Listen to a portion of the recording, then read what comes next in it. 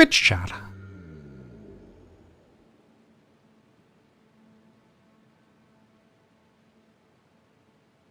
you think it's this one or this one? This one's pretty good. I have never taken this since it was changed.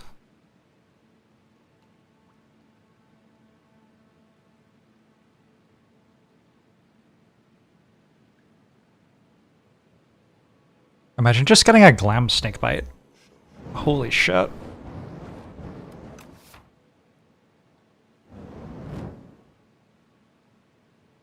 What am I doing? You're about to go to bed. I don't know what I'm doing.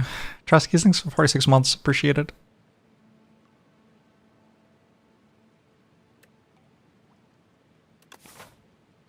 This path doesn't have a forced shop. But there is a forced shop there if I want the double lead at the end of the act.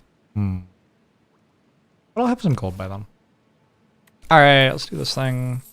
I don't know. All of those cards are pretty good too. I feel like it's already lagging. I don't think this worked. Oh well. We'll keep playing anyway. Sorry, I've had some tech issues streaming this game. And it's kind of a difficult problem to fix because how can I find out if my fixes worked other than stream the game? I don't know. Bubble Tea, thanks for the 74 months, appreciate it. Oh my god, I did get a replay snakebite. I mean, okay. This feels kind of free. I can just take my 10 health here.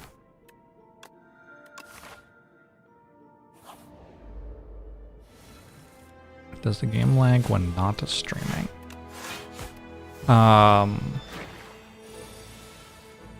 You know, the idea of like playing the game for 4 hours without streaming it had not really occurred to me. I have no idea. How would anyone know? Faping Dolphin, hello. You're welcome. Yump. Rigged and I won't even release the seed to hide cheating.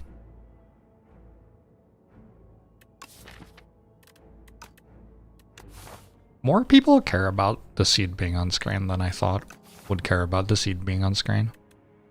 Kinda wild. Whenever you play a card this turn, the enemy loses 2 HP. Combos with Snakebite? Hidden Daggers is worse with Snakebite.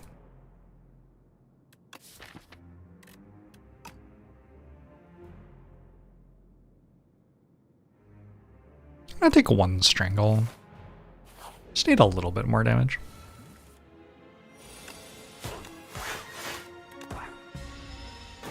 It's hard to judge how much more damage you need when you have a replay Snakebite, right? Because I have never had a replay Snakebite before, I don't think. Might be, well, certainly the first time in Act 1. Like, I don't think I need a Deadly Poison. I wouldn't usually take a Deadly Poison anyway, to be honest. Let's just skip that. The Lens. Yeah, silent. I think that's fine.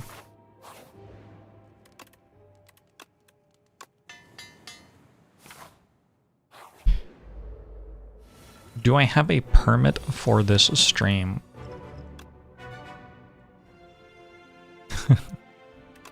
Common Predator. Wild idea. No. I don't think I've ever had a permit for any of my streams, though. He's Olvin!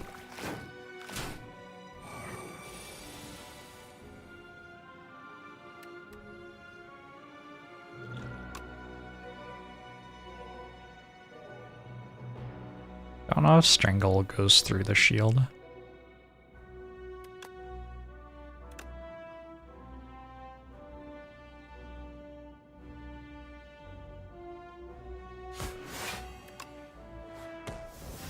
It does. Cool.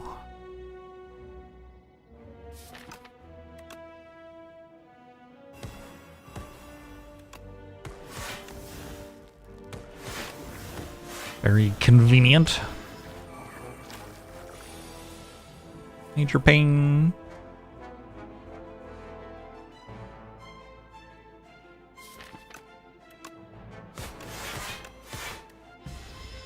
Josh Icy Hollow.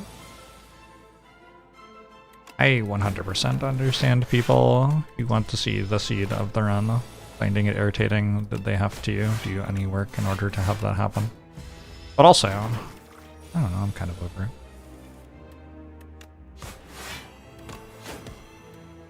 Sucks to your Asmar, in the words of What's It Whoozle from Lord of the Flies. Let's take an enchanted escape plan. Ooh, Strangle's upgraded.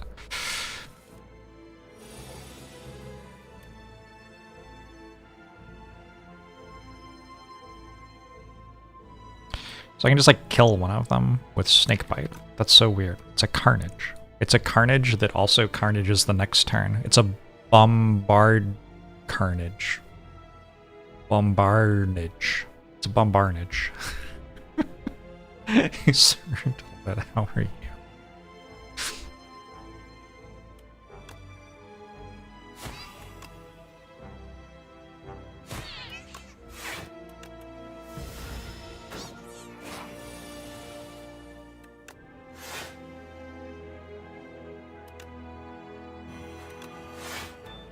Ow.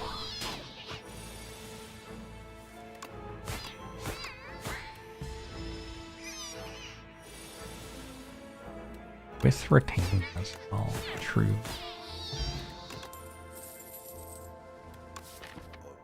I think we're into a prepared here. Usually. Hello? Did you see that? This has not fixed the lag issue that I was having. Fuck. Maybe I just buy a new computer. Maybe that helps.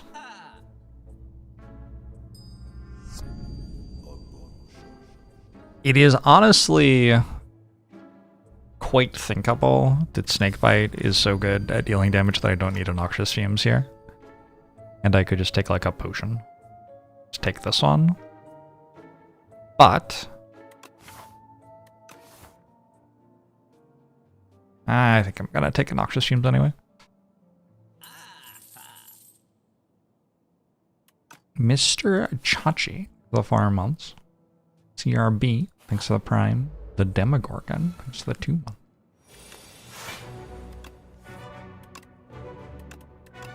Got a Strike Dummy. Kind of cool.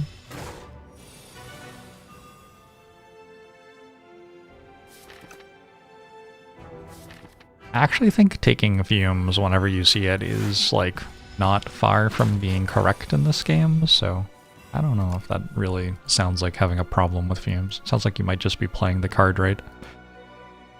Why is my strike upgraded? Whetstone, cool.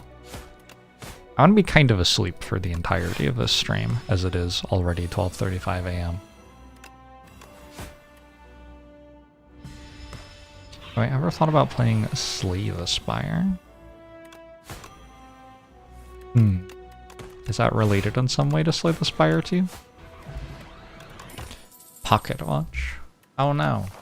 I could have had a Noxious Fumes for free. I don't think I need 2 copies of Noxious Fumes, do I?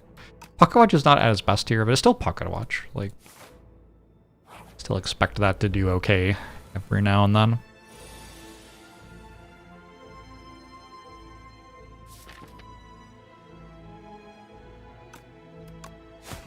What does it do next turn?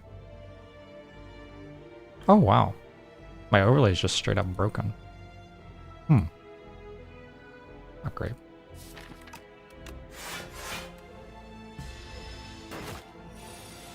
Can't believe they're already milking the franchise with prequels. I didn't know you could milk Slay the Spire. Is that like what you do with a cow, or?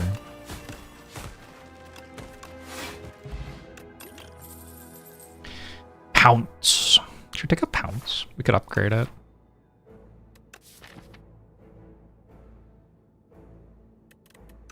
I'll take a Pounce. They went to the trouble of buffing the card. Let's try using it.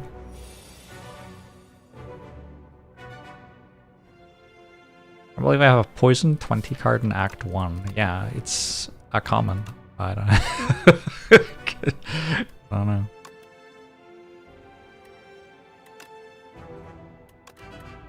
Everyone tells me it's like F tier or something and I should stop taking it. Very confusing.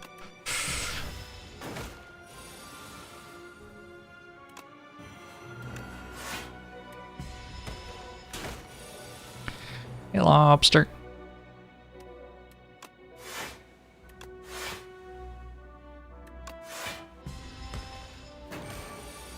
Poison 20 against Skulking Colony. Isn't that kind of funny?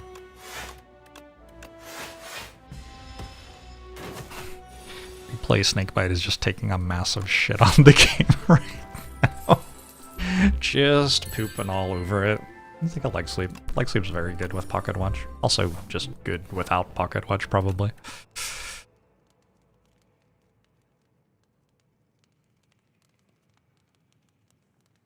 Cheers, Grog. Thanks for gifting us up to Lobster. Oversleep the tournament. I don't really play Slay the Spire because I want to play a multiplayer game that has tournaments.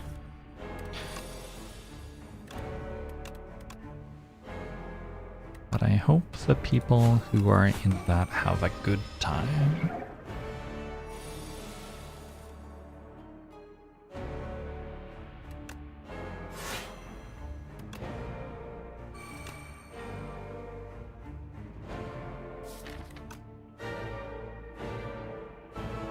Should I just Pocket Watch? I don't think so. It's time to start dealing damage. I could imagine losing this fight, but I don't know. I'm gonna do this, and now it's harder to imagine that, isn't it?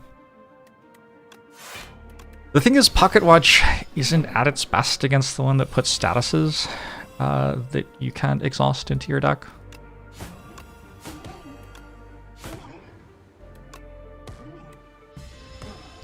Ever consider doing solo 2-player multiplayer runs? I have not.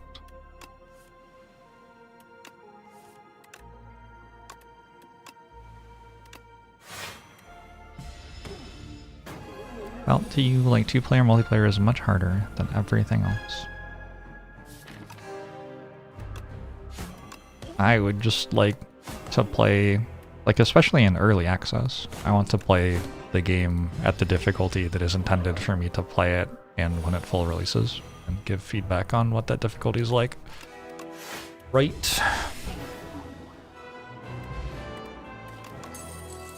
I think that if the game full releases and is not working for me at all, I could see myself modding it or playing it in challenging weird ways or something like that. But when we're on a 2-week patch cycle, I'm gonna play the difficulty that the devs have intended for me to click on when I play. Master Planner for Snakebite.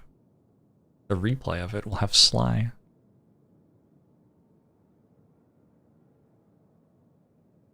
Hey, H. Zealot, you can go to sleep. It's allowed.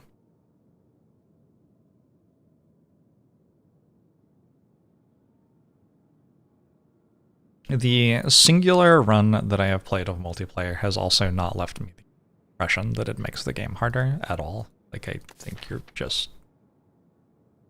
How to say this politely? I think if you give me twice as many card rewards and twice as many relics, I will, in fact, be able to win the game.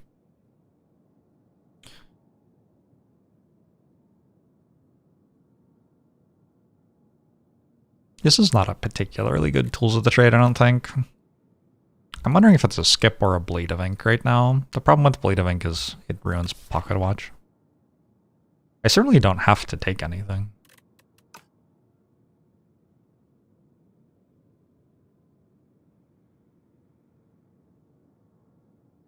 If you play it correctly, multiplayer is much easier, but it's hard to play optimally because you're coordinating. I don't think you have, like, I don't know. I don't think you have to play it anywhere near optimally for it to be easier. You just, like, have someone lead to something incredibly broken.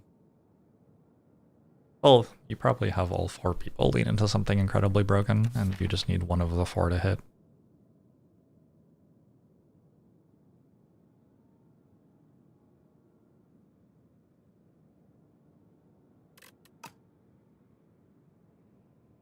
I think that like 80% of my single player runs resulted in me having broken the game by like, I don't know, the end of Act 1 maybe?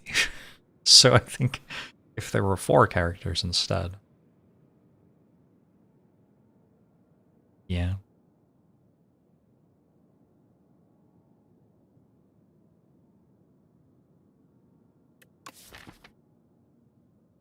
The Blade of Ink does seem kind of good. I've got Strangle. Oh, it's just this.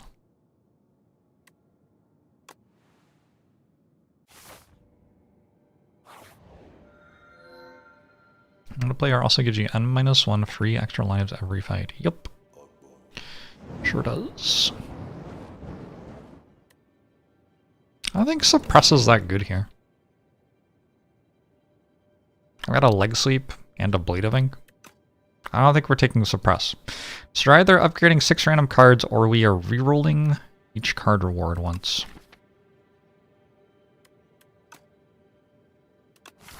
Strike Plus is a pretty good card with Strike Dummy.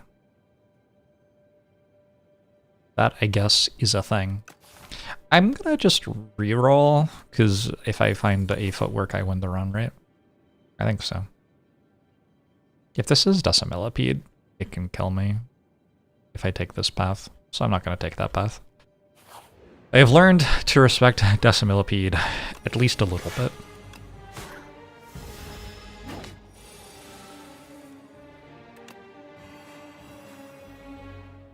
Oh. I guess I can play Pounce first there if I want. I don't know if it's right.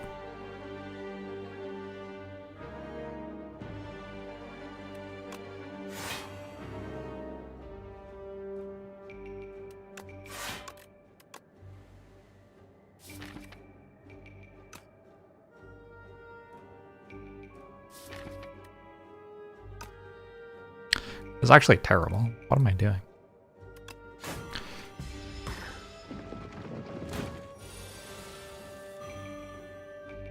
Taking 1 damage is what I'm doing.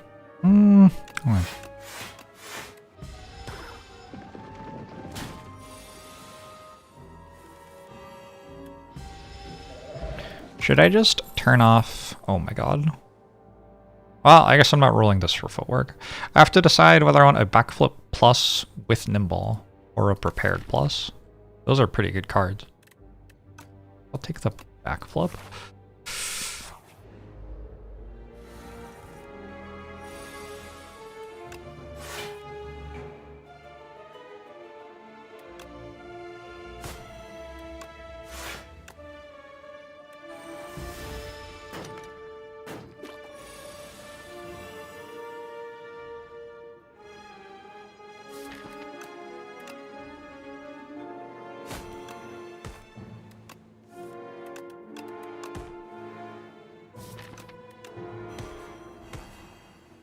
It's so funny that replay on Snakebite works with Strangle or whatever it's called.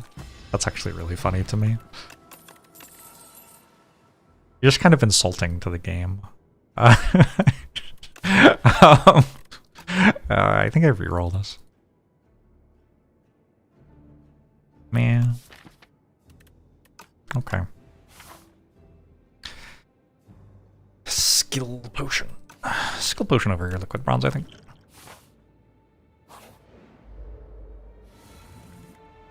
Each multiplayer run is limited to 75 minutes. Is this real?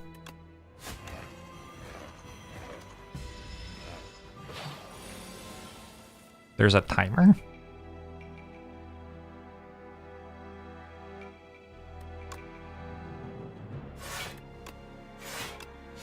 Oh, in Frost Prime's tournament. Oh, okay. Yeah, I don't know. I don't think this game has, I don't know, competition, I guess. Maybe it'll be a really sweet event. And it will turn out that I'm wrong.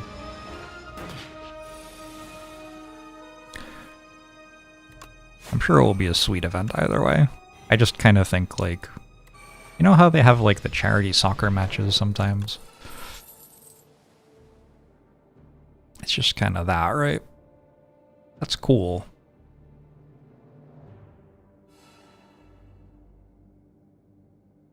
Leg sweep plus. It's not meant to be viewed as a super competitive event. Yeah, exactly.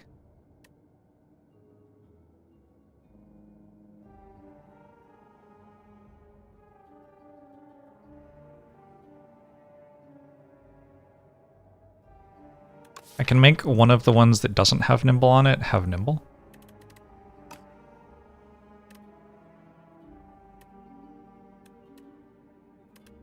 Fascinating. The options other than draw cards all have losing win rates.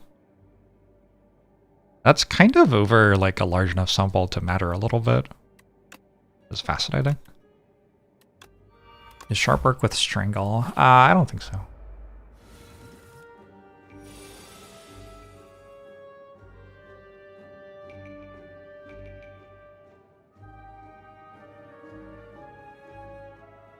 Don't think so.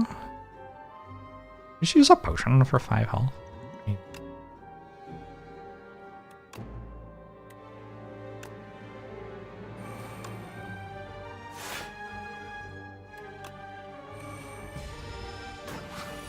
Squabbit.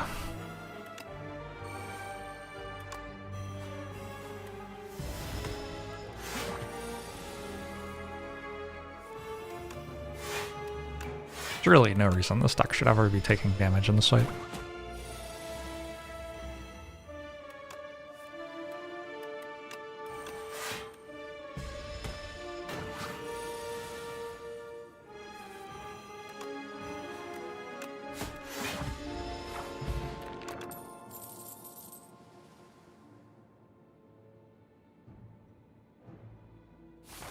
Pass.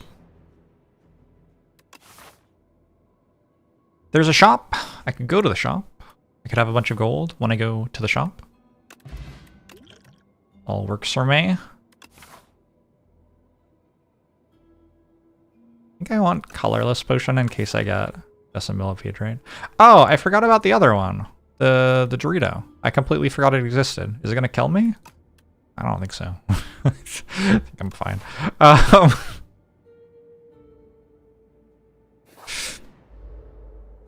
Well, this guy doesn't kill me.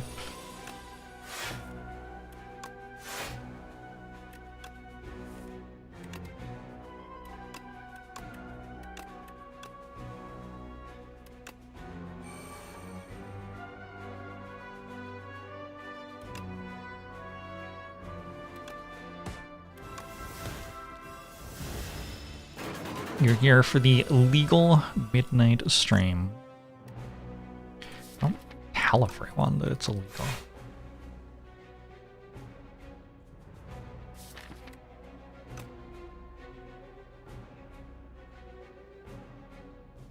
I think this is kind of weird, but I think I hit here to put a daze in my deck. It's kind of weird. But now, next turn, I don't reshuffle yet. And so I have all my good block cards still. I feel like B-Man was specifically designed to end silent runs. This one? Just dies to poison, right?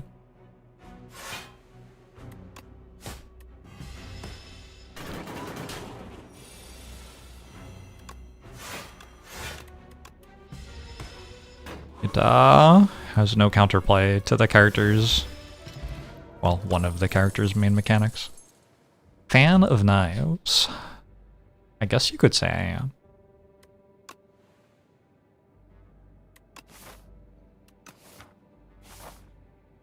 Also has piercing wail and malaise. Also true, yeah.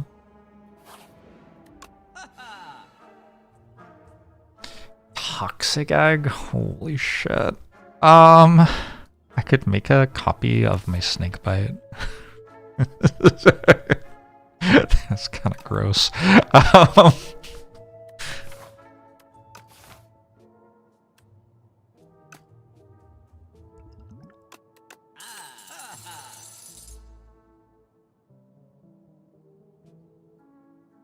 I think Toxic Egg is too expensive, because I think I kind of want a card remove. Am I even sure that making a copy of Snakebite's good? I'd take this ancient set. Looks kind of sweet. I don't know. It doesn't work very well with Pocket Watch or Centennial Puzzle, I guess.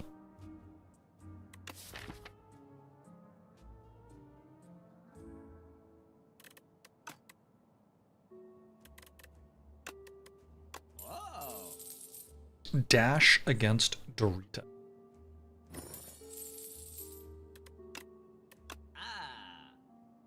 Very clever.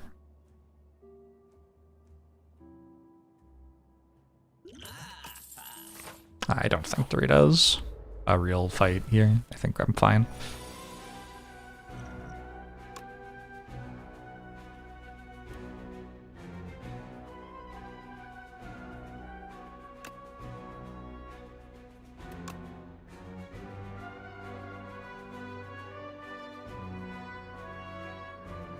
I got a power from the colorless potion.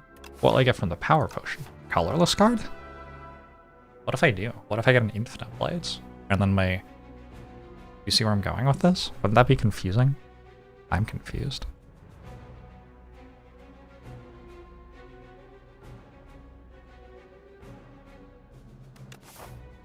Guess a millipede is such a real enemy.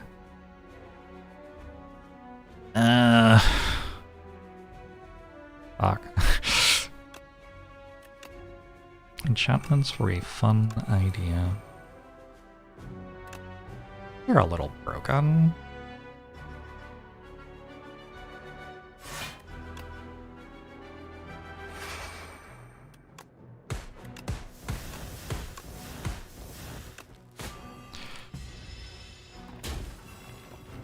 Wait, I did get an infinite blades. I'd forgotten that I said that that could happen.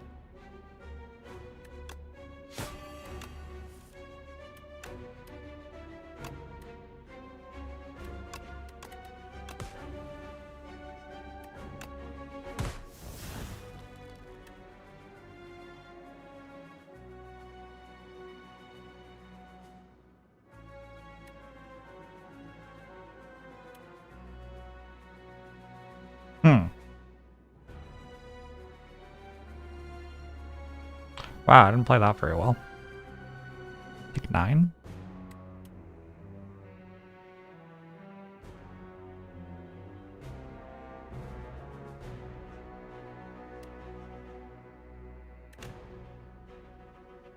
So I'll take 9. Panache.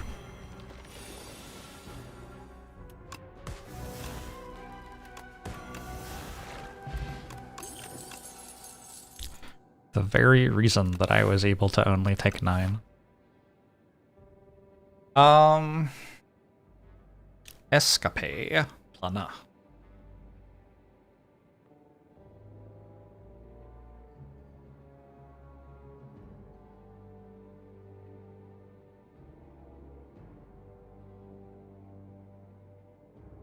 Ollie Smithstone's nice. Escape plan continues to not work very well with Pocket Watch.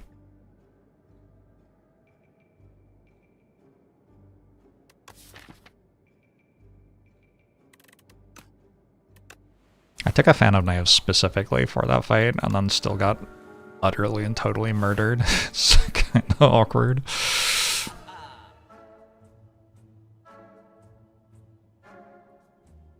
I don't think Piercing Whale really matters for this one.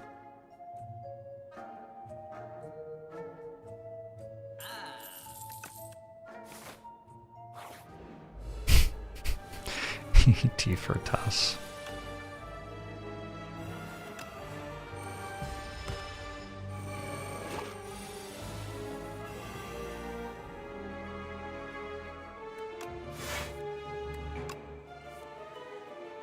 Pounce! Oh, fucking god. Why would you do this to me?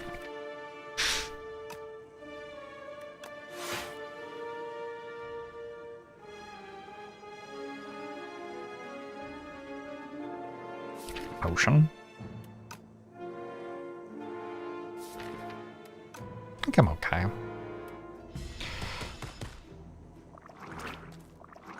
One more energy would be cool. Yeah, I kind of didn't get an ancient bonus.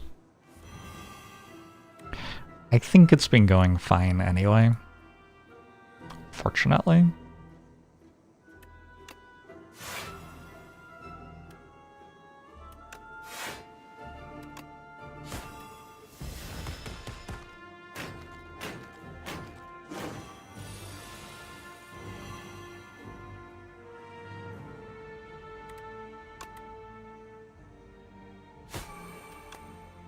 The combo.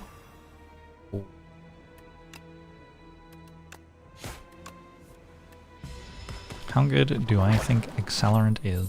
I think it's kind of like putting another poison card in your deck. If you don't have any poison cards yet, it's worse than that, and if you have lots of poison cards already, it's better than that. But that's about the baseline to compare it to.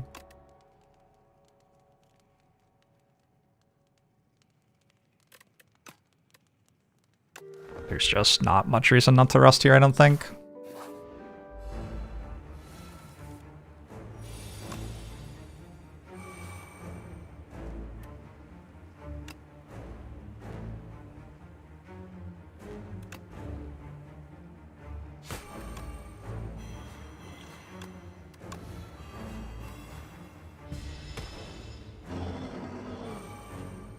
Alright, feels a lot less redundant with glass.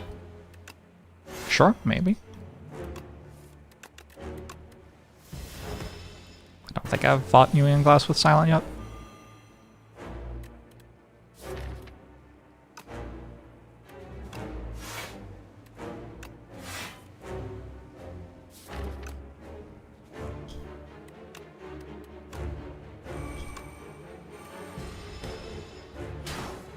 I've put 40 poison on the enemy on turn 1. Interesting.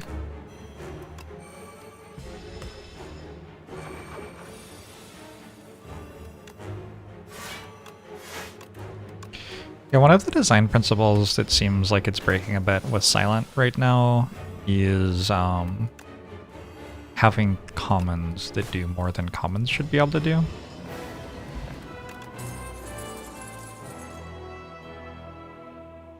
Vis-a-vis putting Predator at common, putting Snakebite at common. There shouldn't be commons that just, like, deal enough damage to kill a boss fight by themselves. Prepared and Acrobatics always did more than commons were meant to do, but that was, like, the axis along which Silent was broken. So it was, like, kind of fine. Like, they're meant to. You're meant to use that to build into the thing that Silent does, which is unfair. But when you also give Silent an attack common that hits for more than attack commons should be able to hit for on the character, and a scaling attack damage card, well, poison damage card,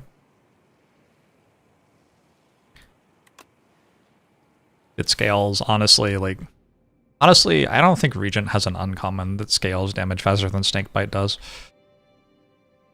I don't know, that's just kind of strong.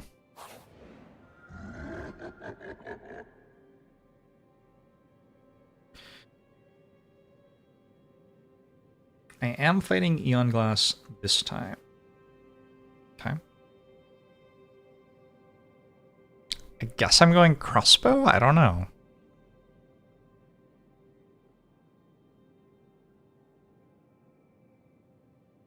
Radiate is an uncommon, yeah.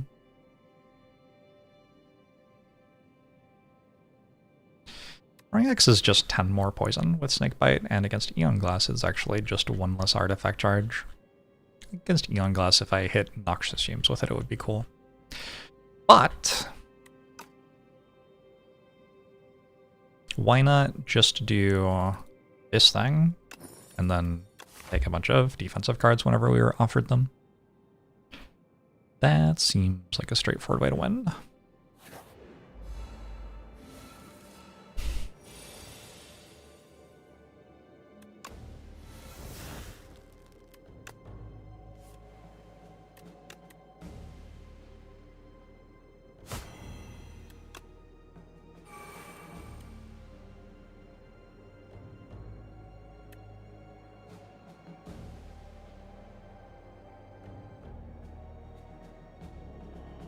I kill this.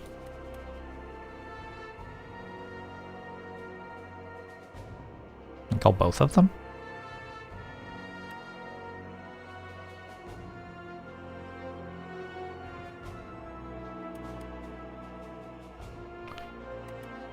It's for 26.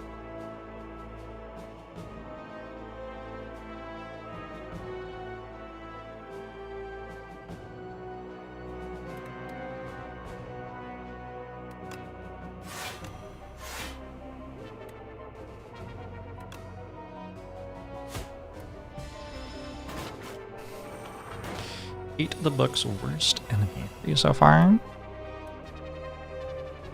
They're definitely kind of jerks.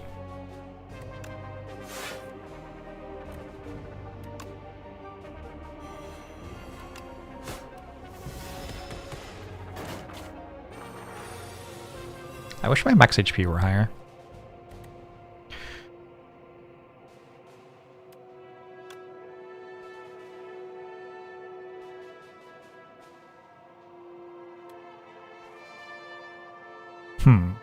Can I like strangle, backstab one of them? I guess so.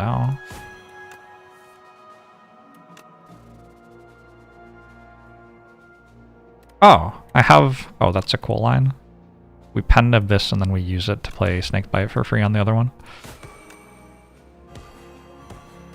It's kind of fun. Sisyphus. That is a block card.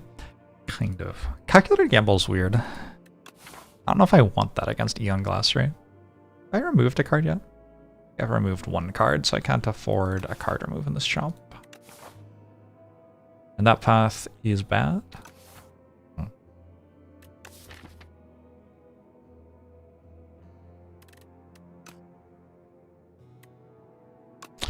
I will take a Calculated Gamble over skipping a Calculated Gamble, but I don't know, maybe it's wrong. Regen Pot's not terrible. Will lead plans, Piercing Well. This seems like my buy.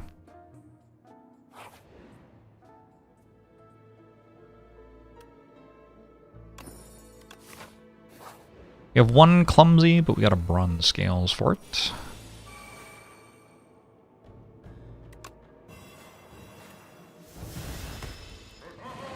Just use it as a bootleg compact. Eon Glass has been changed.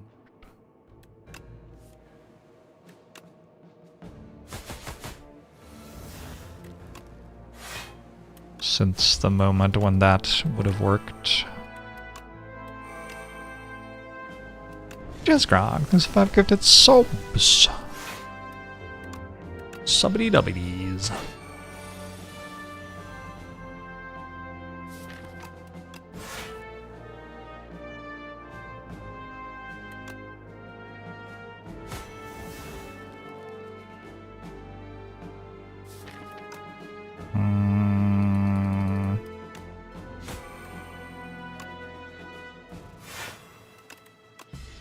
Pounce has been kind of good both times I've taken it. I regret to admit.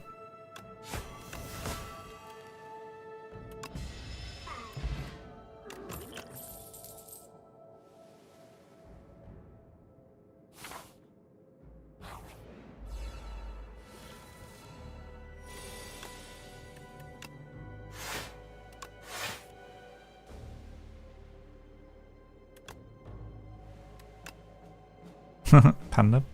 I guess I can do this.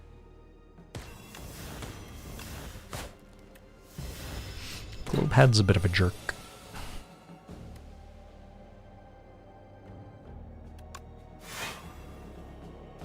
wonder if Glowpad knows that people, broadly, don't like it.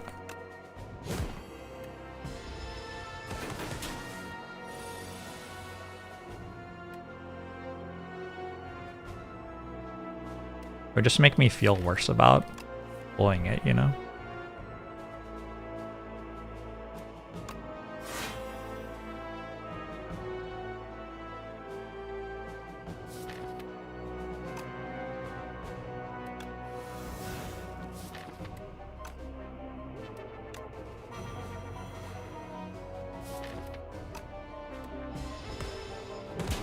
Cannot control what others think about it, only how it behaves toward others. I think so. I think maybe if it was cooler, people would like it more.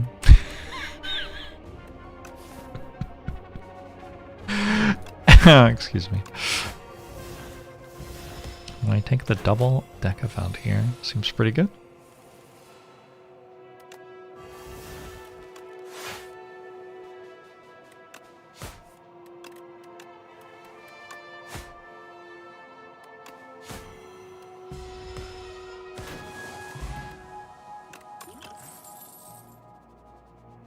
Take a piercing oil? Still haven't found a footwork, huh?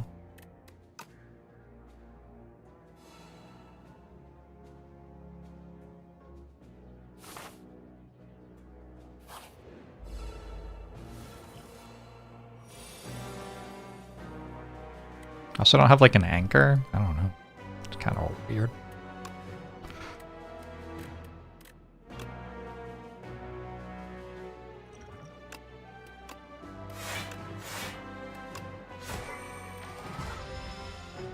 A name is still pending. I'm sure I will love it. Spend that.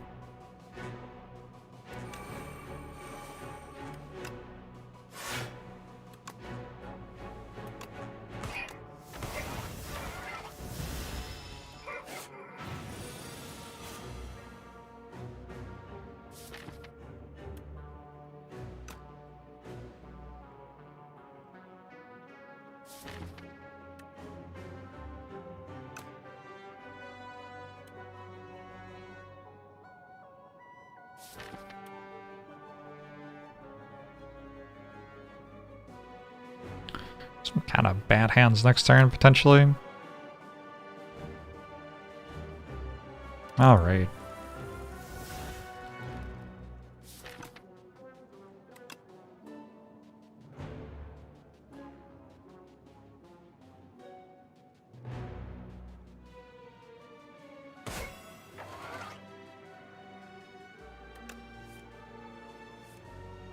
Oh, that's so good. Well, is it actually? Not that good.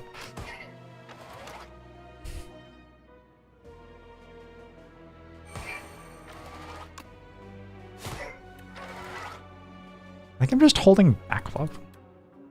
Discard adrenaline, use it next time. Neutralize a pretty good draw.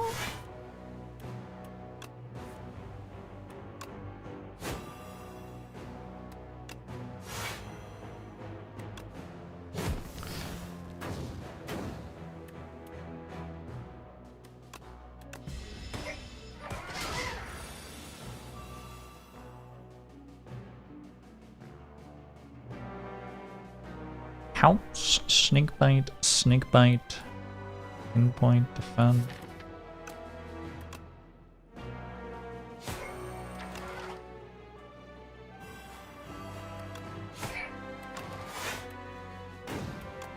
Hold this on.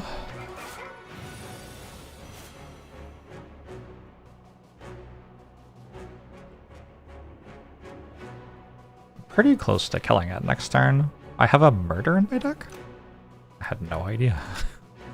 When did that happen? I wonder if my hand was full and I've actually never seen it. Possible.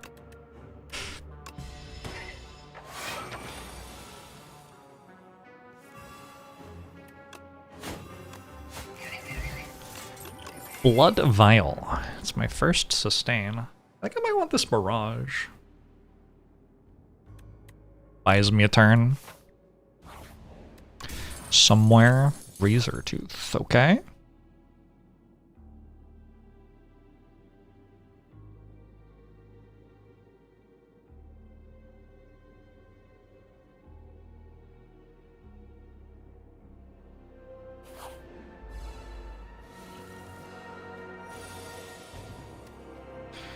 Not in love with this fight, to be honest.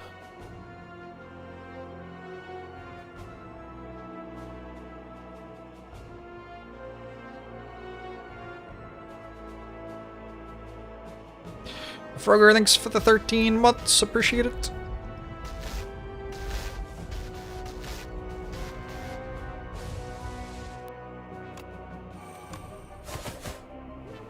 I was not expecting Act 3 to be challenging in this run. I guess sometimes you just kind of don't get engine bonuses. It's largely what's happened, yeah.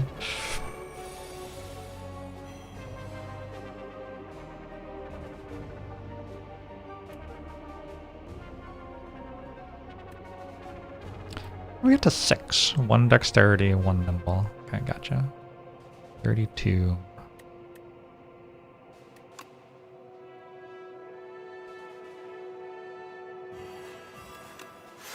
Don't disrespect crossbow. That's fair. That's fair. I am, like, needing crossbow to do things, though. It's kind of the thing.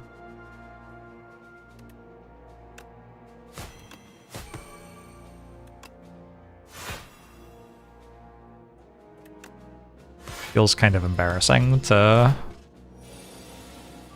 win or lose a run based on zero cost attack generation RNG.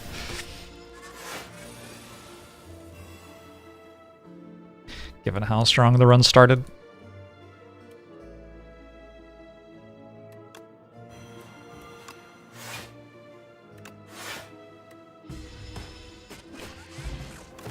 I think I ended up healing to the footwork.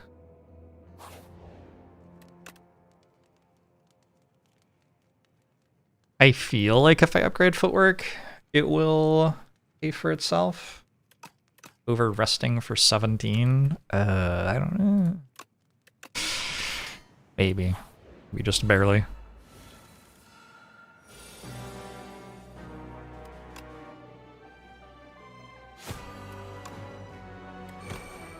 How to build Ironclad to beat Act 1 boss.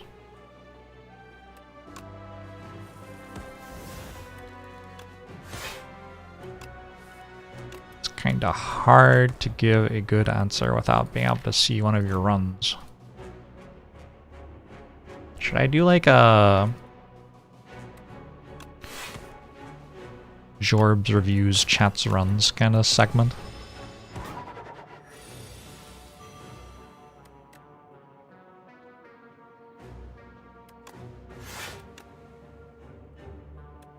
Be a good time.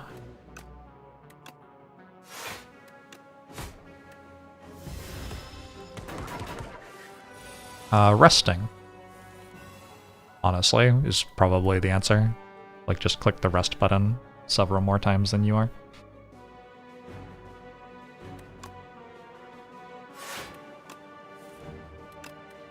I have to sign a waiver before I looked at your run. I'd be nice. You know me, I'm a nice guy.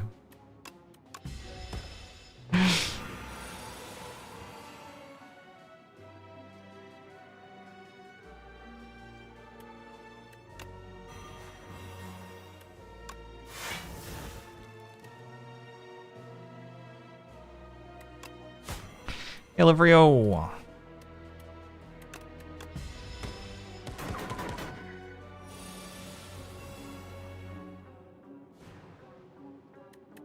Yeah, if you're just barely dying to the boss at the end of Act 1, the simplest fix probably is to press the rest button one more time in that act.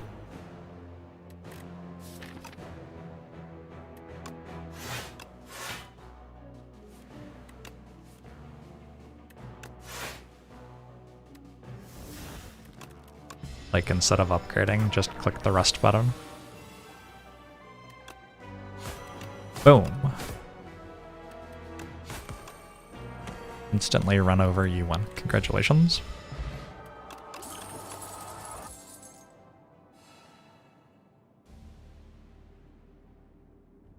Is hand trick a real thing?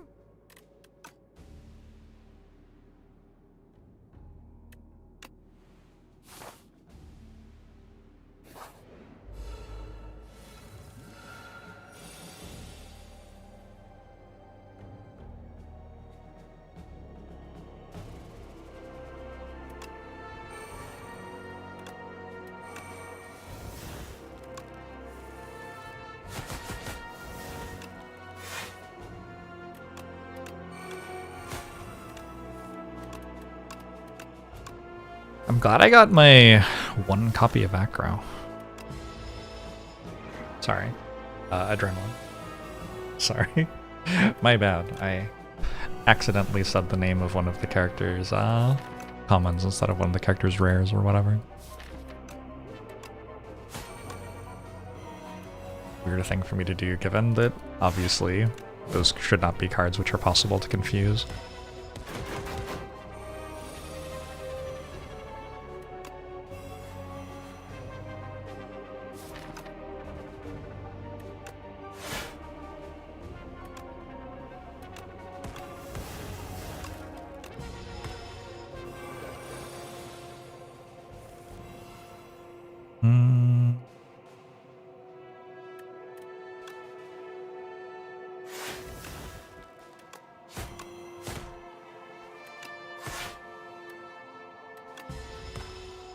How did you even know that all it would take you was one kiss? I feel like somebody else probably writes the music. How did they know, though? That's maybe the more troubling question. Is that card remove and guaranteed don't take any damage better than an elite? I think it's very possible. Strikes are kind of bad.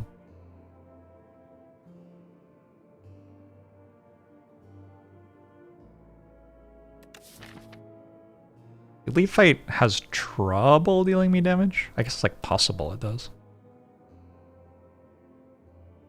I get to reroll the reward though? I think I just saw a rare that I didn't want. Act 3 Elite is true. I think that might not be true. Elite is incredibly bright, so she must write some music. She's probably busy saving the world or whatever, yeah?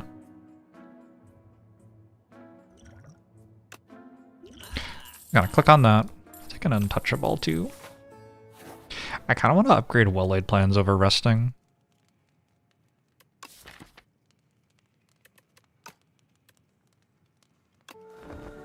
How has Mirage worked out for me so far? You feel like you only take it when it's already obscene, and then it's a very silly card. That is certainly a way to play it. You can also take it when it's not obscene yet, and it will be pretty good then as well.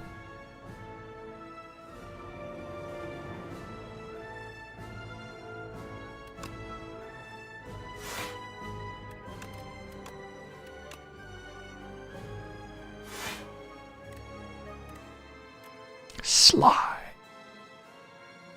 I want to kill this. I just kill this. That might be right. But I have Mirage and Piercing Well, so it's pretty hard for Torchhead to hit me.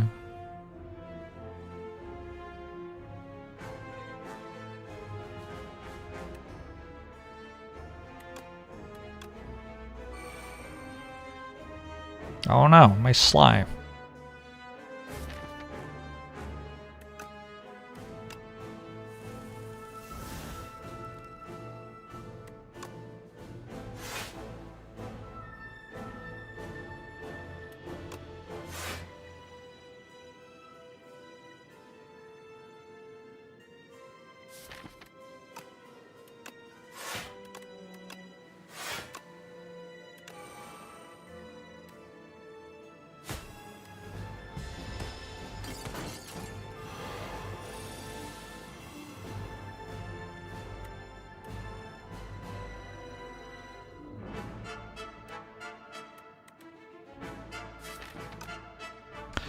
I don't know what to do. 27. Block for 22. I guess it's just better to play footwork than to play, than to not play footwork. Like, it blocks for the same amount, but now footwork's in play. Dash was a good hit that turn. Skewer, on the other hand. Skewer. It's kind of funny.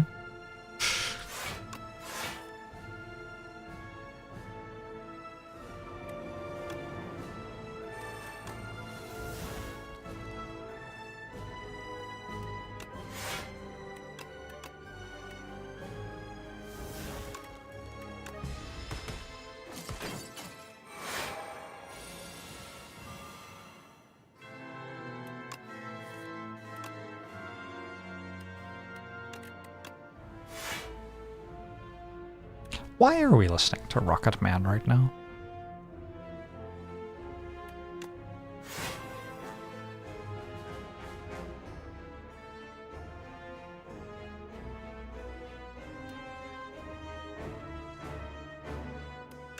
Skewer wants to help, but it can't. True. Huh?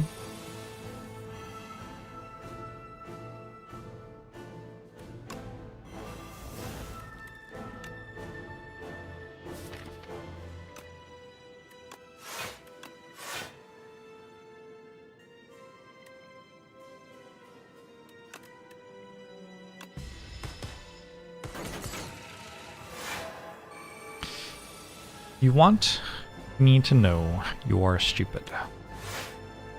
Tell me all about you're stupid. I would love to know you're stupid.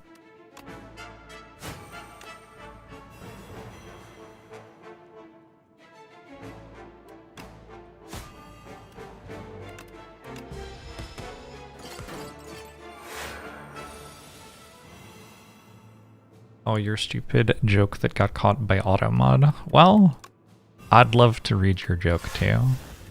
Maybe after you come up with one that isn't so bad it gets caught by automod.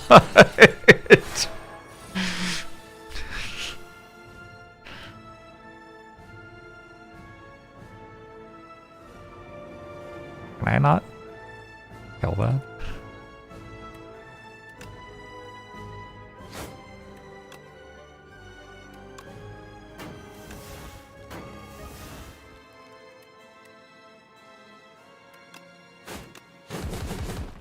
Alright, goodbye, the queen.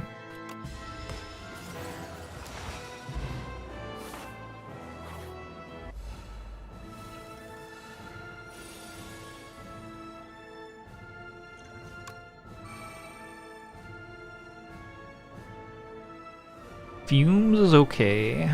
Why is it attacking for 32 on turn 1? Isn't that kind of unfair?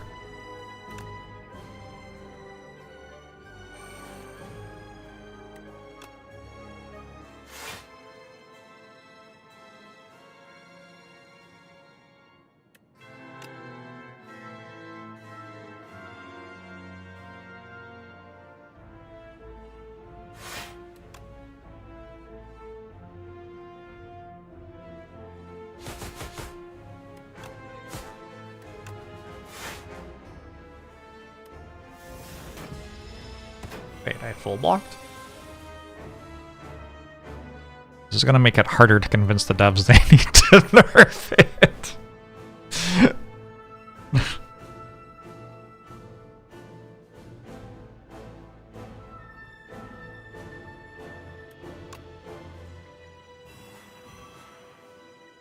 Hey, funky and tanky.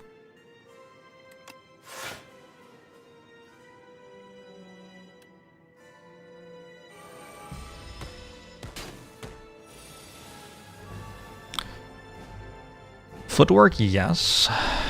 Probably, like, well-laid plans. Pounce Snakebite, and then hold Footwork, and don't Fumes yet. Takes a long time for Fumes to catch up to Snakebite. I don't know, I could go well-laid plans, Fumes, Footwork, I guess. Hold what? Leg sweep? Weird.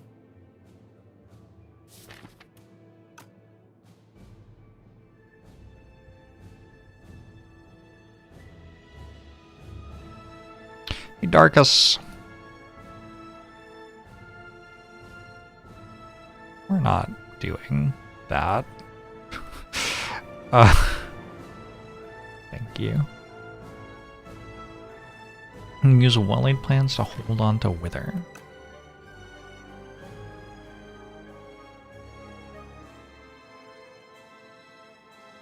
Oh, maybe I do it like this.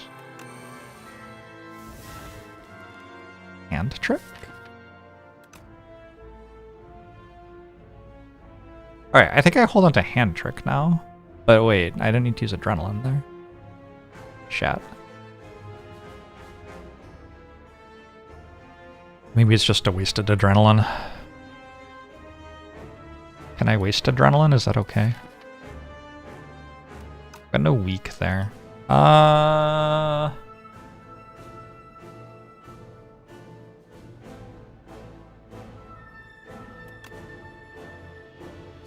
Just do this.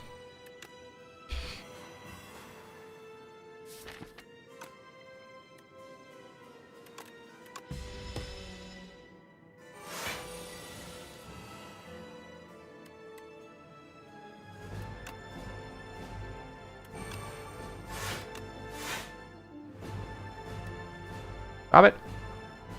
Please.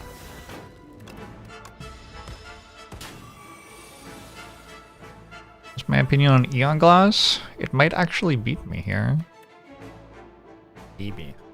That would be cool. So far it has just died every time I've walked into the fight with it.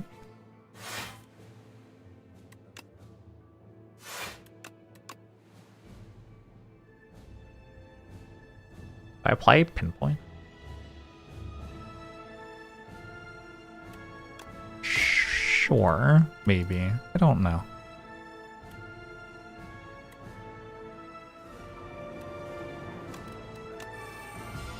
What are the repercussions of a midnight stream?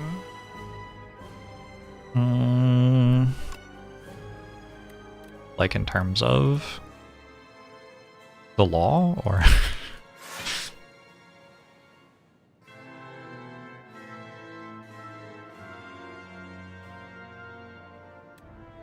So I'm taking 5 right now.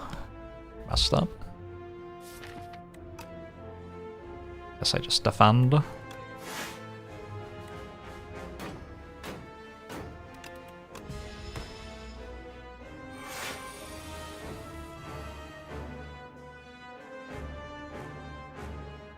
If I have to, I can Mirage, but it doesn't look like I have to yet.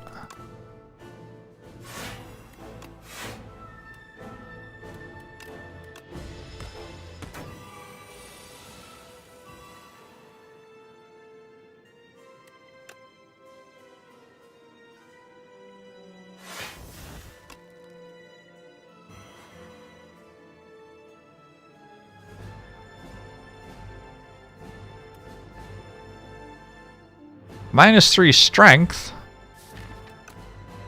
The shit. I hold prepared. I guess I hold prepared. Kind of fun.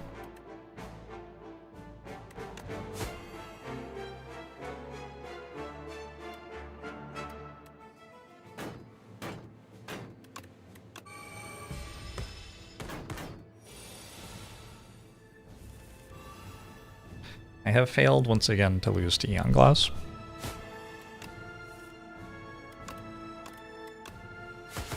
Actually, I just straight up have an intangible potion I'm not using for the fight.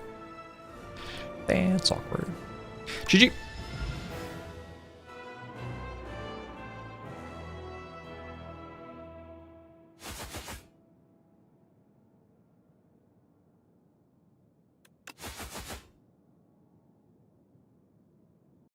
Almost close.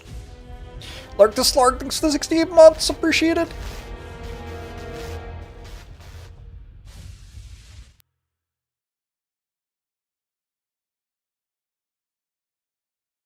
P7 max HP was a bit scary. A little bit.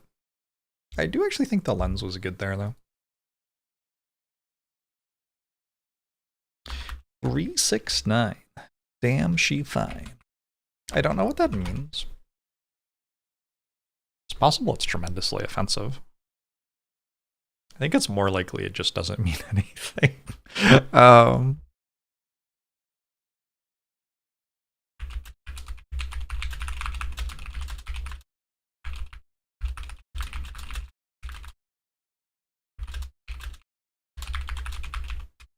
Time to remove the weird solitaire win thingy or fix it.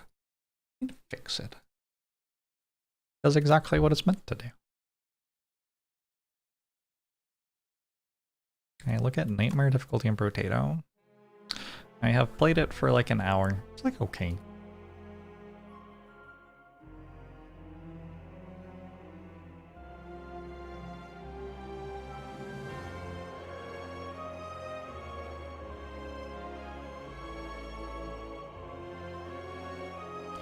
Three middle names, 6 eyebrows, and 9 glasses of wine. The perfect woman.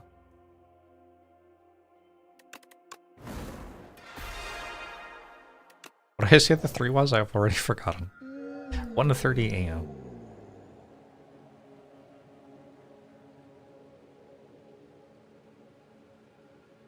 I've been clicking on Niall's bones every time it's offered to me, and I've just won every time. So I guess we keep doing that. There are these like, I don't know.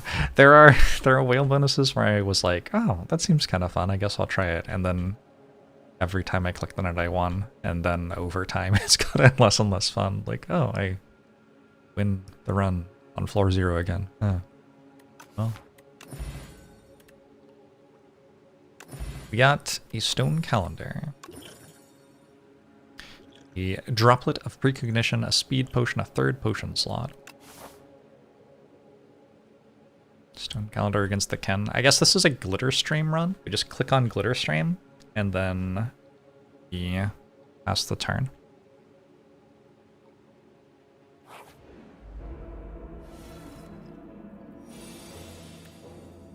Is this new shame art?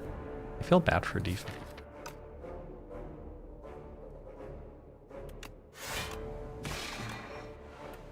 Five relics on floor 0.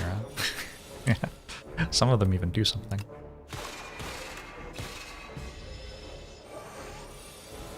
369 line is supposed to be a reference to a children's song. Yeah, I don't think that makes that less weird. I think getting 9 health out of droplet of precognition there is okay. Do a Stardust. Floor 0. I guess we're now at floor 2 already. We could try out Manifest Authority.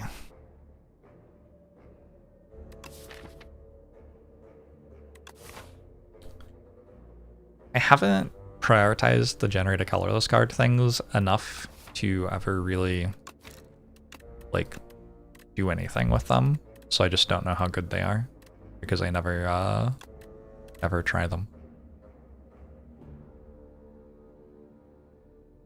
I don't know about a very large number of colorless cards. Those are all multiplayer cards, right? I assume. I don't know. Does it say how many? 64. 20 of them are 0 cost, 28 are 1 cost.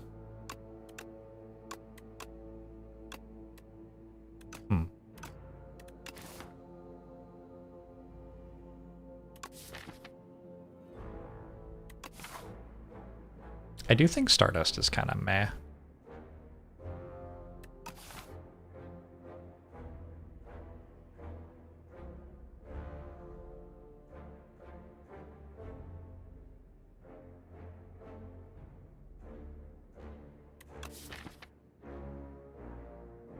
But it gets good pretty quickly.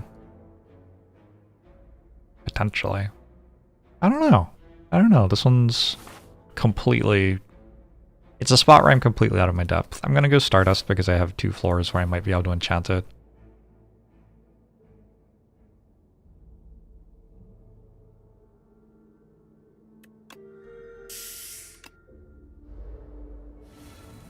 Hello, this is the stream police. Oh fuck, they found me.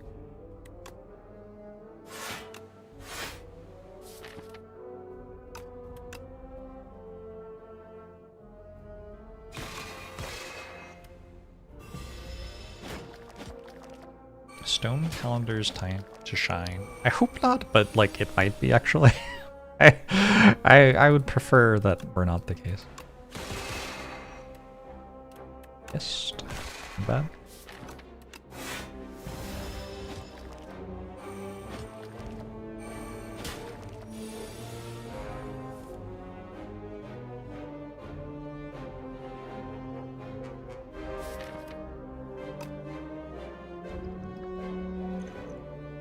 I don't think I need to trade that for 5 health right now. This is a very bad hand, obviously. Stardust sure hit every one of them other than the one I needed it to hit. I didn't miss that had happened.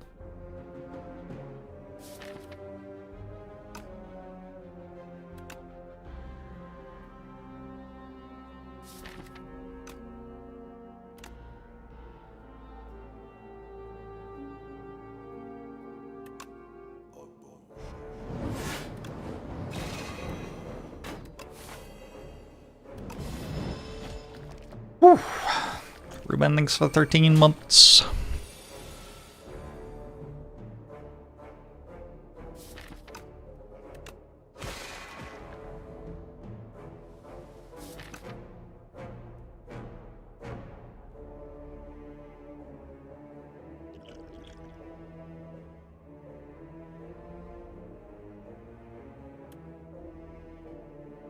Again?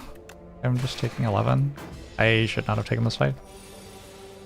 This was so much worse than I thought it was going to be. Wow. Get the silent win. Yes. It's a general rule. Oh, they go before the infections. That's nice. Kingly kick?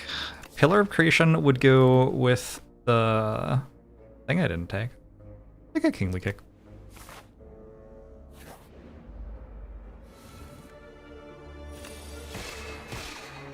Maybe if I hadn't had Shame in my deck, huh?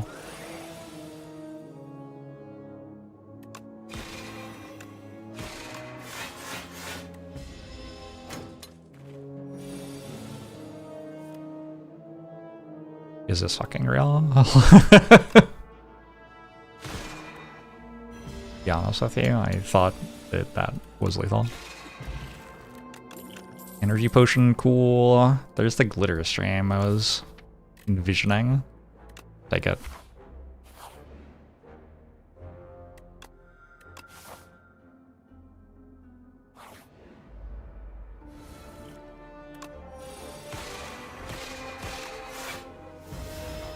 Imagine taking 14 from a little bug. I don't even need to.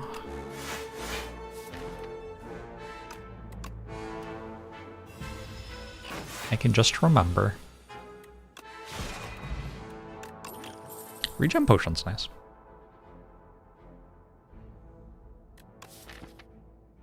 Could have had a pretty sweet blade thing going on already.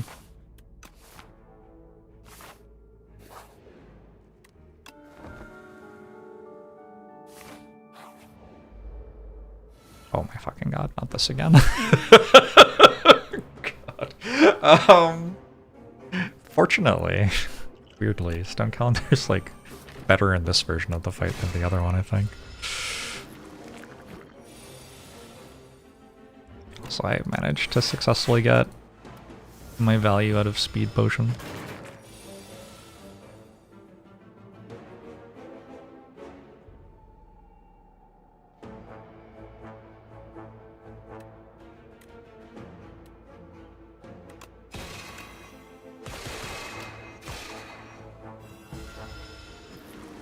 We are fine. Yeah, I think this is actually better than the event that I took all that damage in.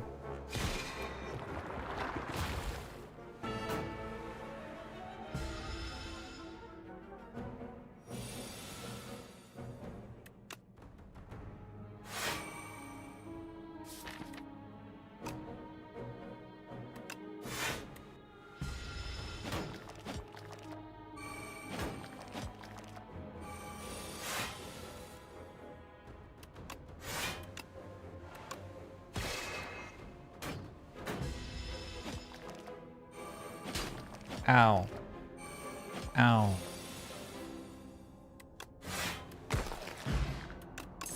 Got a lantern, a hidden cache. That is the thing Stardust wants me to have, I guess.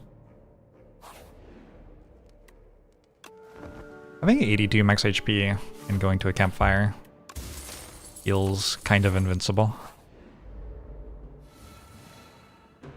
Not a good turn one.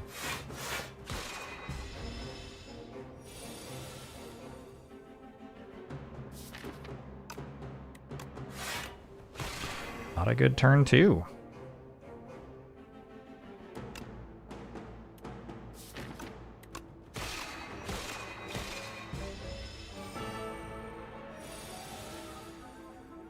Not a good turn three.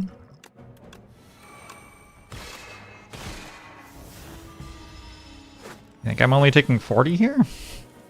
That'd be ideal. Oh, this might actually be lethal. Nice.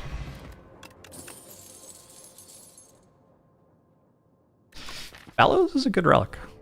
Upgrades my opening hand. I kind of want this glow. A little bit. Feels like an okay glow.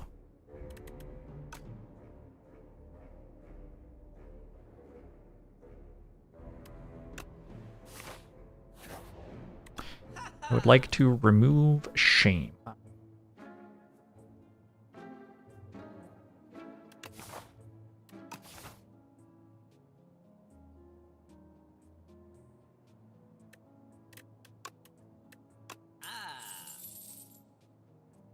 Some pretty sweet potions here. There's also a know thy place. I don't actually know how Catastrophe works with Stardust. Does it work the way I want? I think it might. That feels cool enough to try. I am MP, thanks for the prime. Oops. Oh, that feels sweet. I think we try it.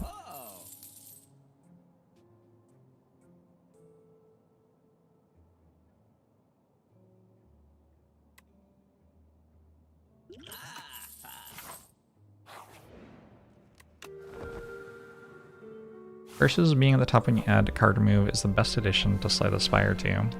It is certainly appreciated, isn't it?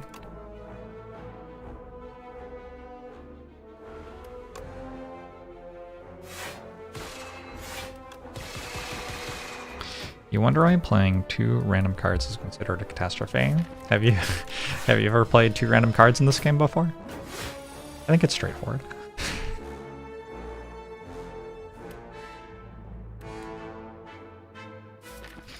Usually when people are playing 2 random cards around me, it's like when I'm trying to coach them through a run and they just start clicking random shit.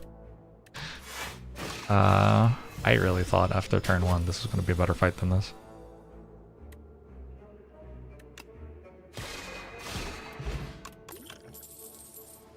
Genesis?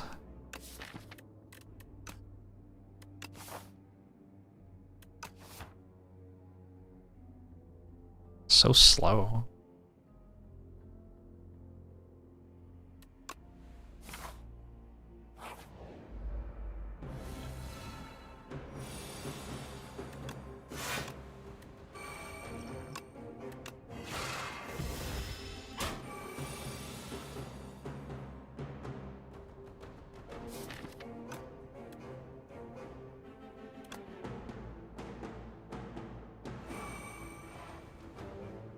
What was that?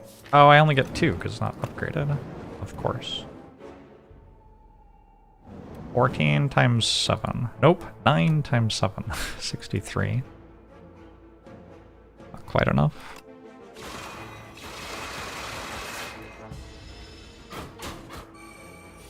Genesis is a 2-cost void form if you don't think about it. I love not thinking about things.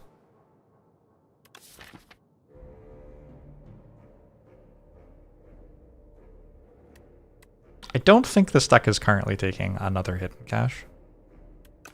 I don't actually have anything that makes Stardust good. Like, I need a block card. I need another glitter stream desperately. Oh.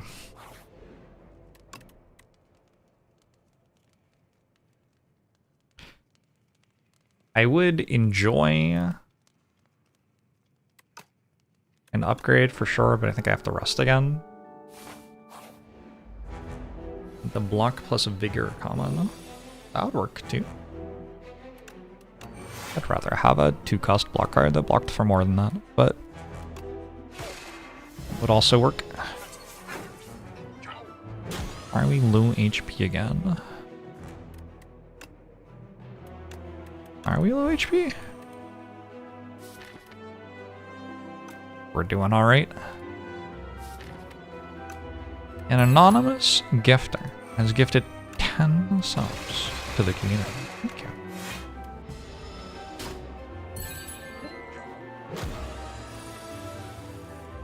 I appreciate it. And so does everyone else. Everyone else say thank you.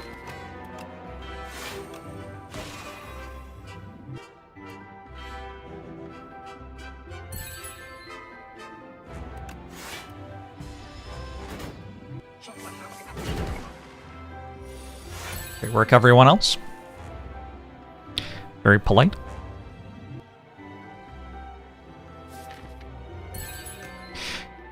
Okay, so I'm not sure that this is right, but I really want to see if Stardust works, and we're never going to find that out unless we somehow hit Stardust by doing that, so I'm just going to start clicking on it whenever it might hit Stardust. It should work, right? I think it probably works.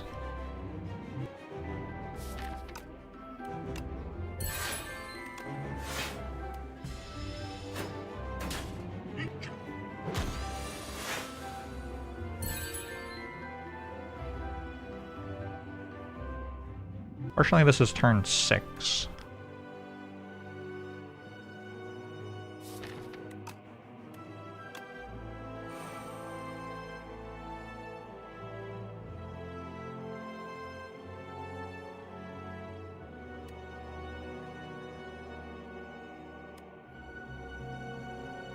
Times 7 isn't even enough.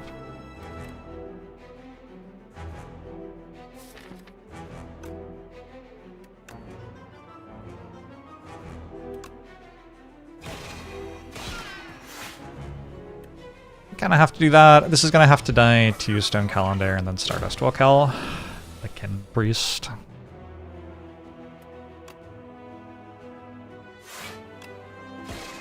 $52, right?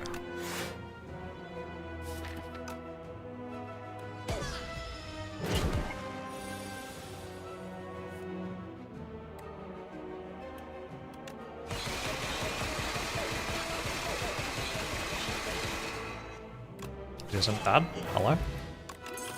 Hello? Excuse me? Crash Landing is certainly a card. I kind of want I Am Invincible, though.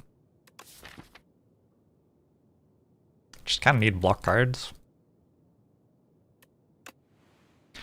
And it does say block 10 on it. We could clone a copy of I Am Invincible. Oh my god. Wait, does that work? Huh. That was not on my radar as one of the ones you could potentially do.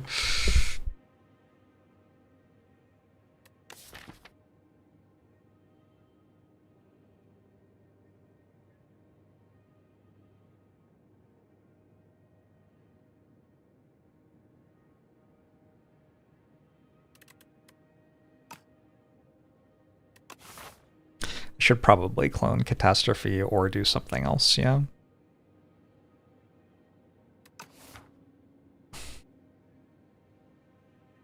Hale's Legion's kind of real.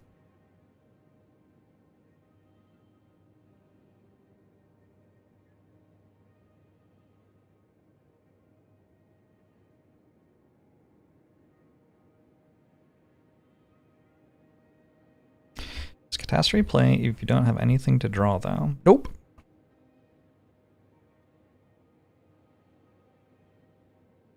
How does Eon Glass do against Cloned Catastrophe?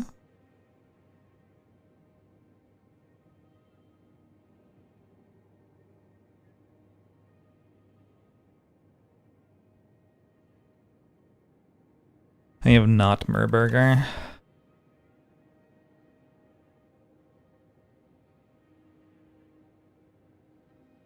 I am still experiencing the situation.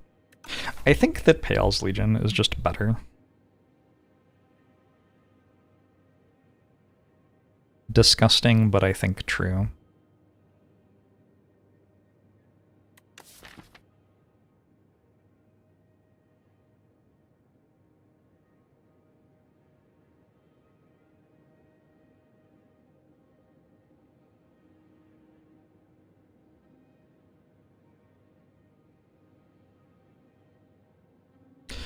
Is it more fun?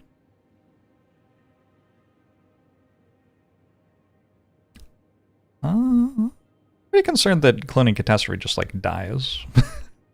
It's like 3 floors from now. It doesn't seem that fun to me.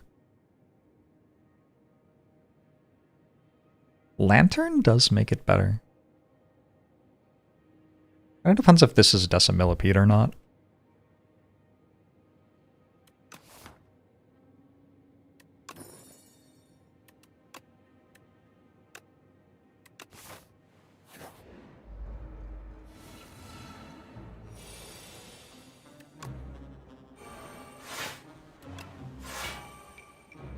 If you take Stardust...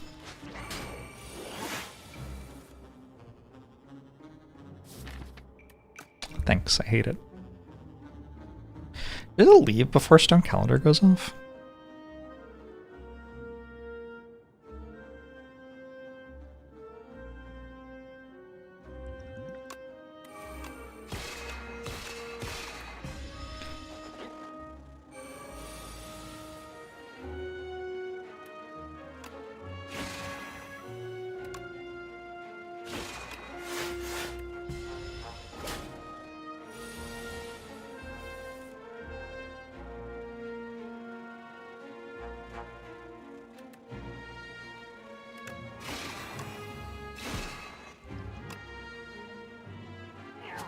Give that back.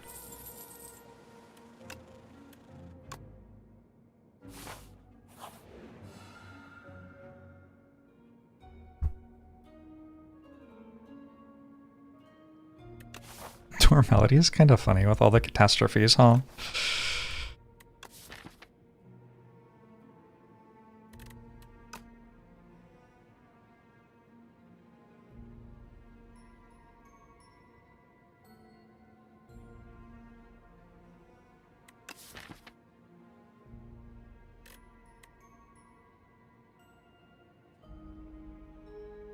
What if I gave Stardust Perfect Fit, and then on turn 2, I would draw Stardust.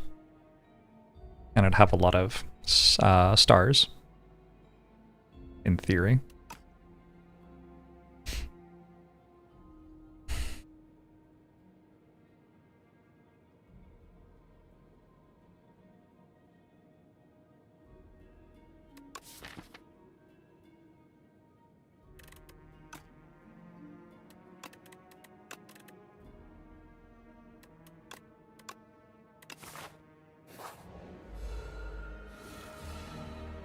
I decided I didn't like it.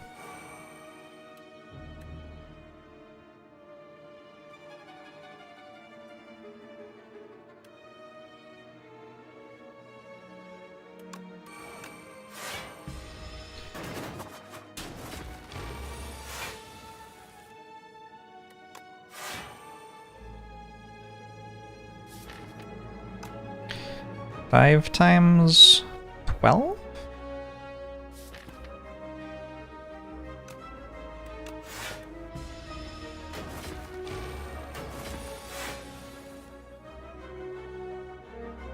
Oh, I get to find out. Surely this works.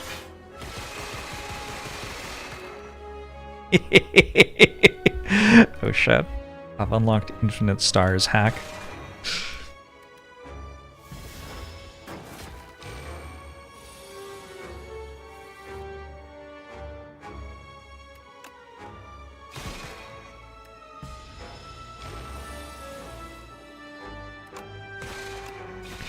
Pretty good floor.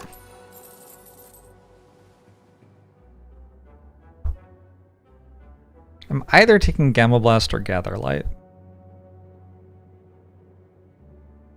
I think I'm just taking Gather Light.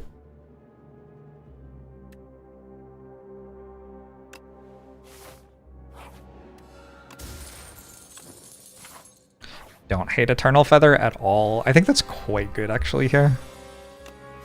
Because I'm trying to go to every campfire and trying to do something other than resting at every campfire, but my deck's terrible. It's like a perfect storm of this being pretty good in this spot.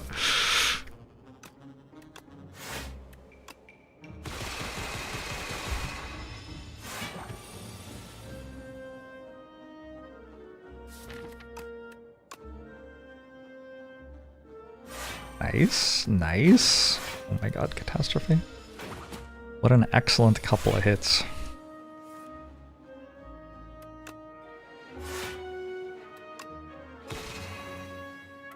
Does this work? I'm curious. It doesn't work, okay. It shouldn't work.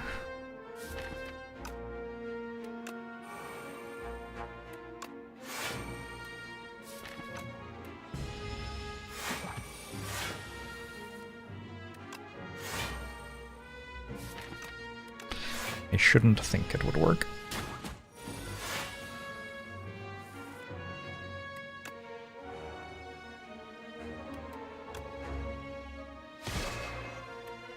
Bonk. How about this stone calendar, huh?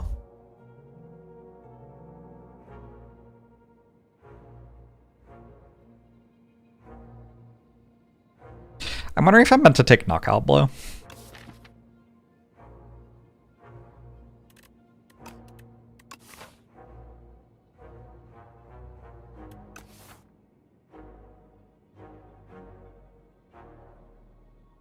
Or maybe Devastate.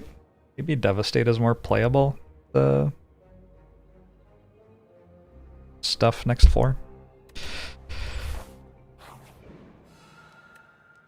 We're gonna upgrade it first. I think this is kind of important to do.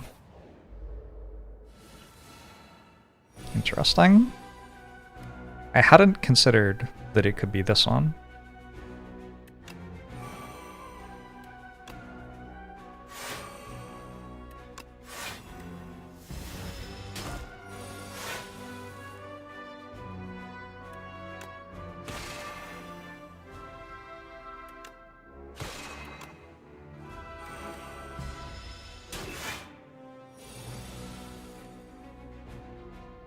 I don't think this is much of a bully. I think I'm fine.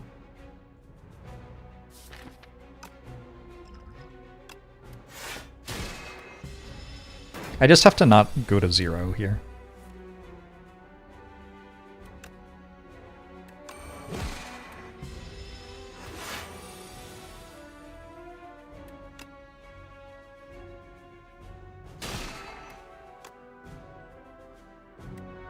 Oh. I forgot that it scales.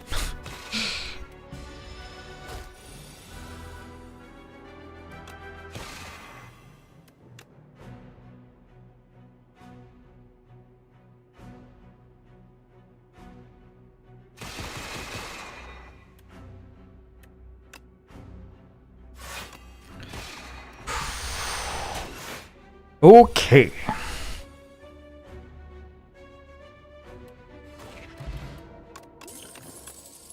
Attack potions seem to be useful. Patter? Probably these.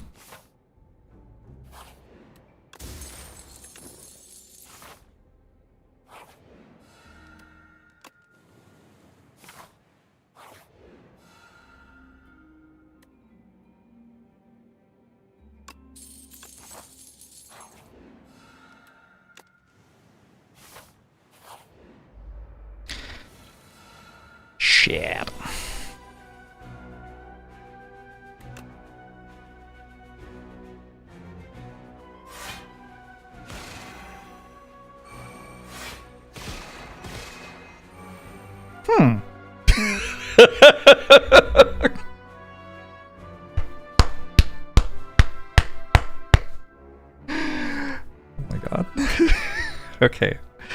Okay.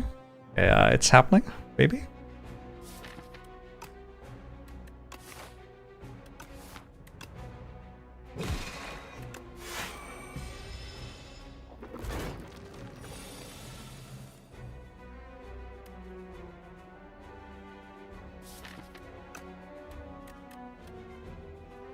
Times 5 is 35. I'm just gonna get it dead, I think.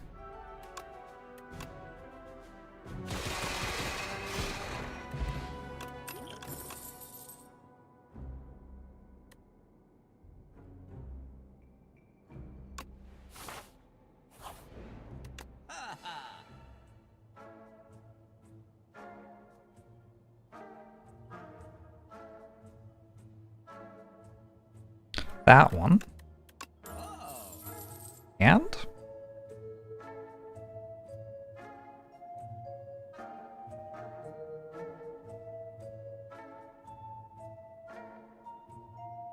Potion belt? Just like fill the potion belt?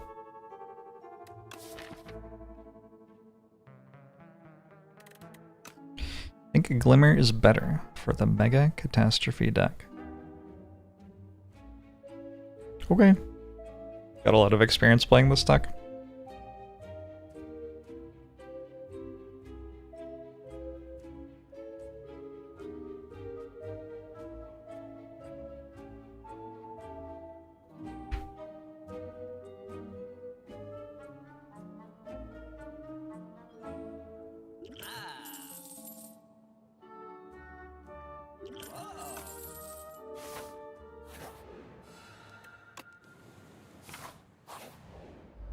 Hello, the crab.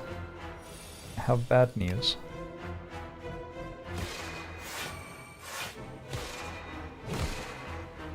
Wait, it was bad news for me? It's unexpected.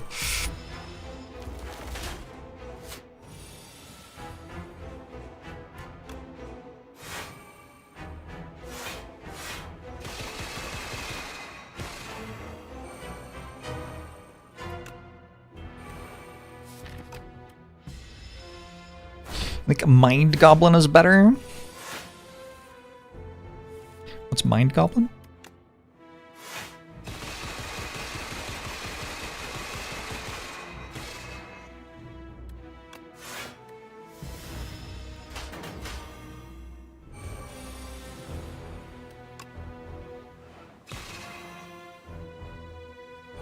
Friend, you have turned the wrong way. Oh, we turned it back again. That's nice.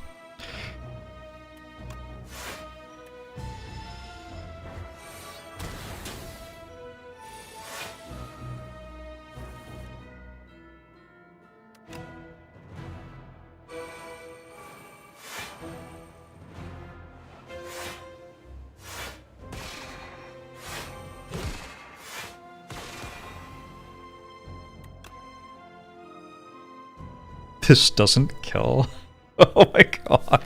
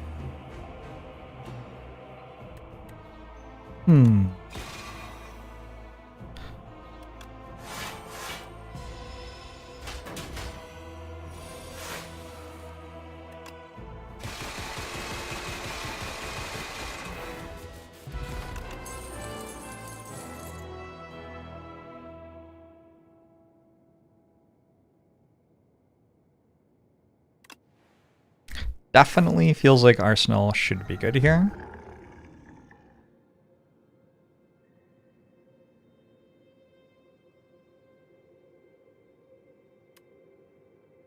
Oh, we don't have to fight Aeon Glass. That's honestly kind of a letdown.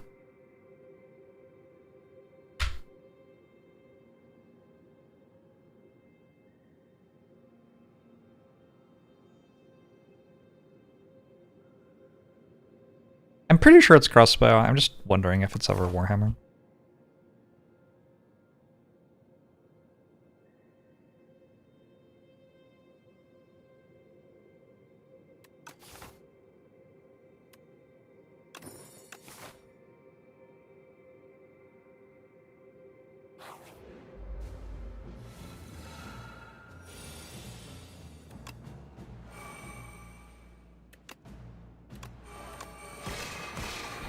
Apparently I can draw a hand turn one that doesn't have catastrophe in it. Surprising.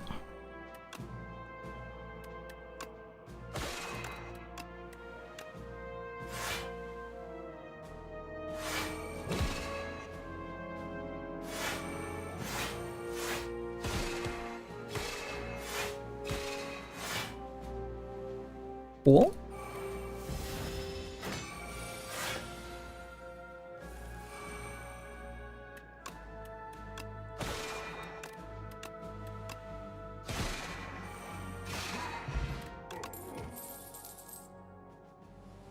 I want to crush under.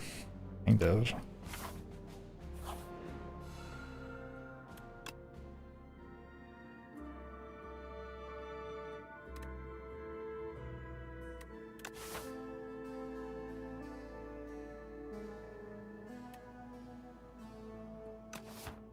Definitely have at least one shop.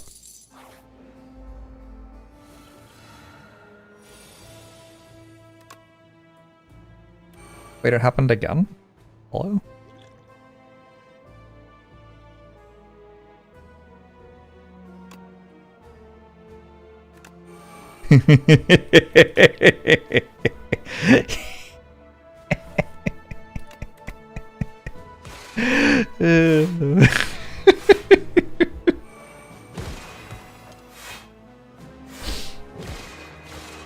Okay.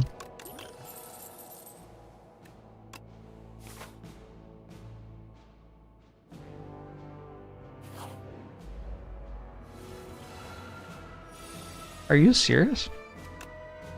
What is this garbage?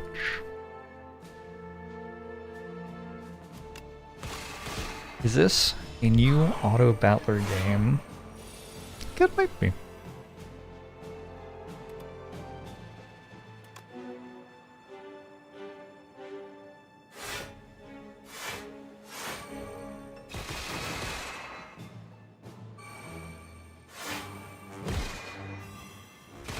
Crash Hunter has been immediately good. Kind of cool.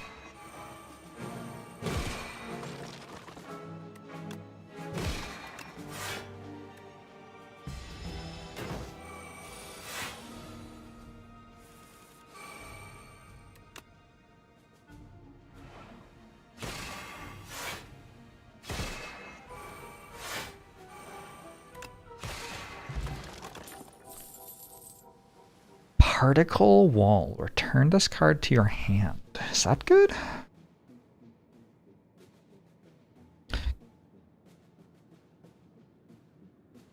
A Guiding Star.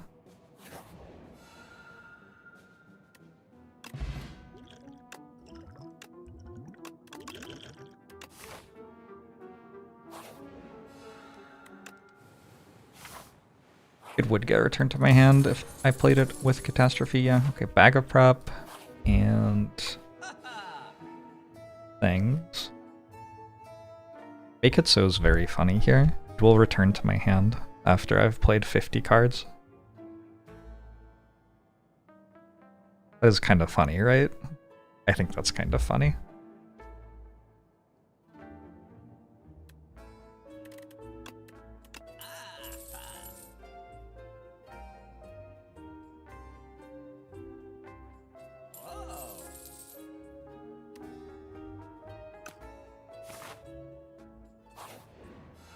Oh, I forgot to throw the potions. It's fine. I'm going to another shop anyway.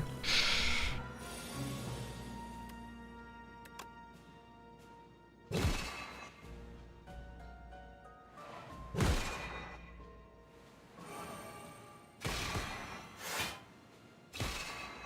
need a letter opener. I need a way to put a card which reshuffles my deck into my hand.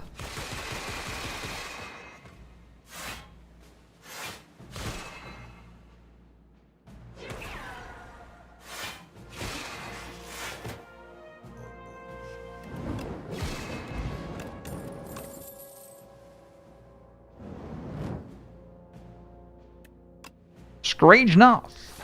Thank you for the 22 months. Extremely illegal sub. Appreciate it. Oh, be gone. Holy, it's kind of good here.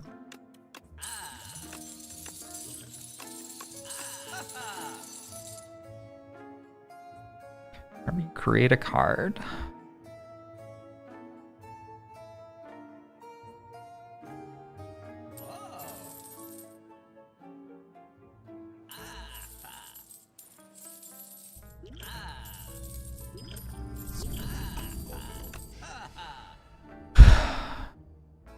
On a glimmer into collision course.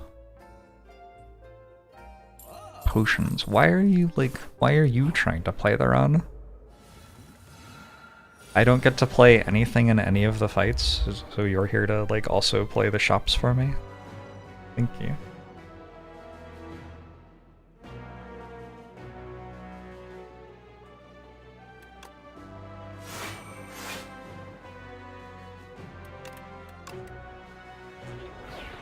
Wait, it didn't work? I was not prepared for this.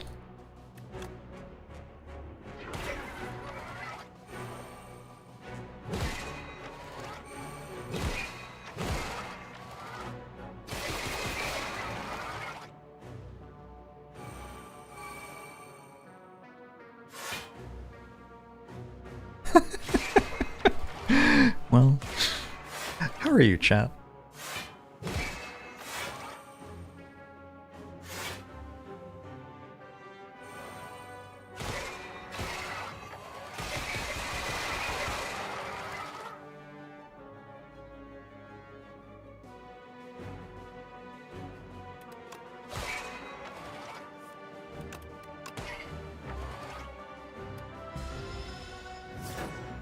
Sick, and it's 5 AM for you.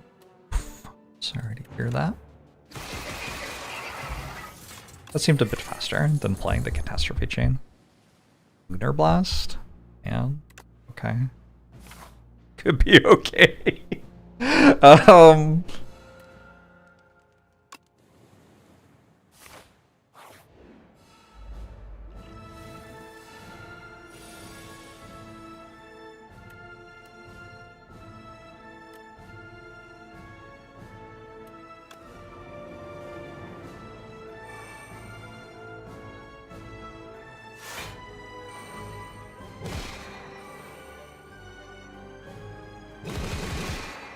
In an argument with a friend about whether or not collecting stats on runs is cheating, and it's straining your friendship.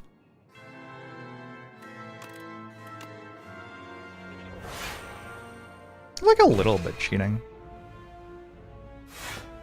It used to be considered cheating to practice for an athletic event.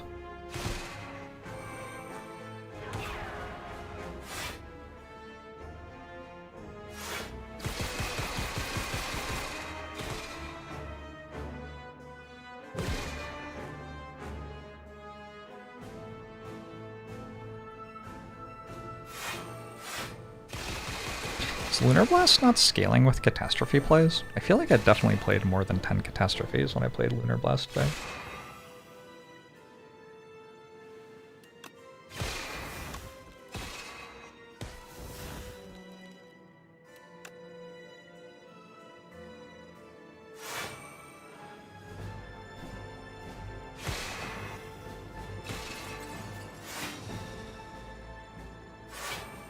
Hey, Banjo! Oh, there you go. I guess that one wasn't Lunar Blast, it was Radiate. Okay, goodbye. I think that would have beaten Eon Glass? Probably? Guess I don't know for sure. Do we just play Heavenly Drill? I don't know, it's about to get a lot of strength. How to make this stream legal might not be doable.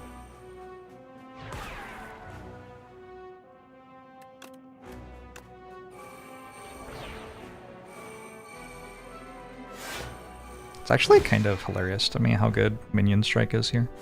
I guess it will be dead by then anyway. What's gonna happen? My attacks are gonna just not play.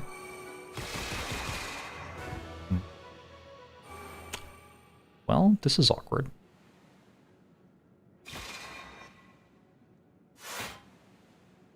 How are you all?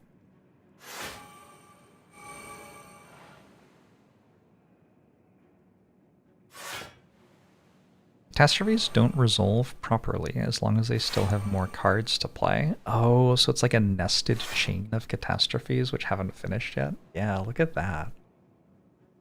That's interesting.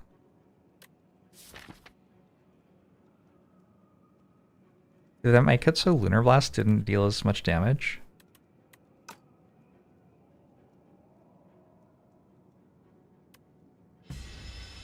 What's so good about Be Gone here? It lets me shuffle a new draw pile to do it again, in case the enemy didn't die the first time.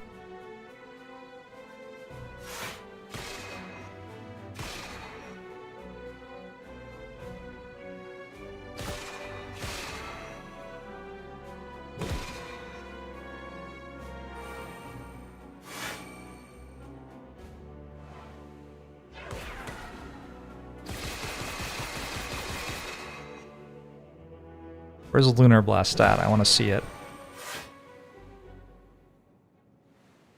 Yeah.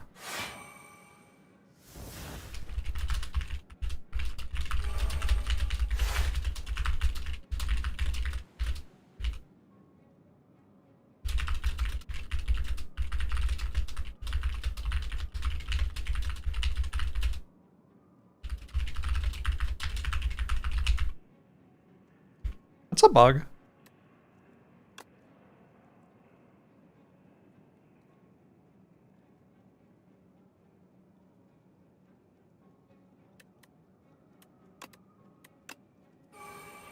Literally unplayable. How did I put a Panache into play? I guess I made it with Manifest Authority last turn.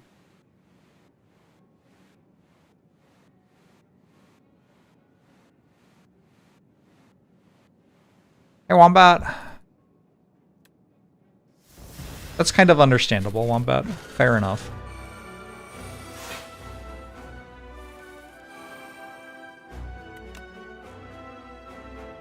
Tangible, huh? We'll see how that works for you. How do I get the feedback screen? F2. Press F and I press 2. Make it so is finally here. True.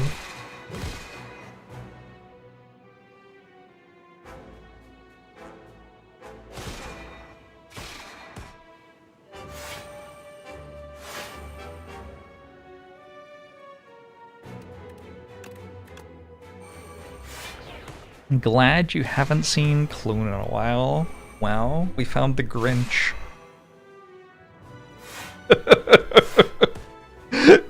Me too. I'm glad this doesn't happen every run. If the lost 6 damage, it's intangible. It's 1 damage. 1 1/3 damage, maybe. Depending how you're counting.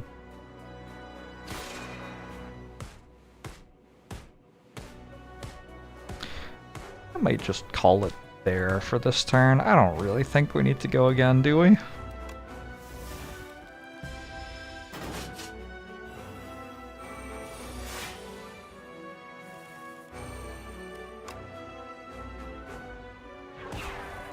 The boot would go so hard here. Often the case.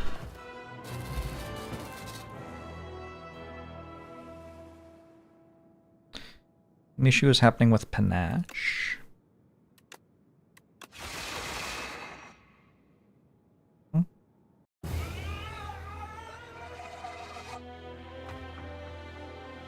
Panache should work that way, though.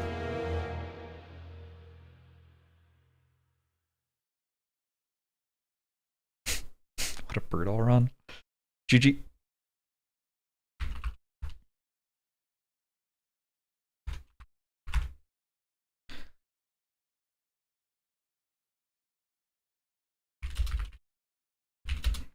Kinda miserable, Act 1, which then turned into Cloned Catastrophe plus with...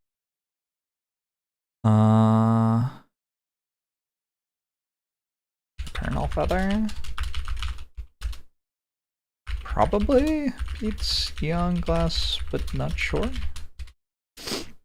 I don't know if that beats Eon Glass or not.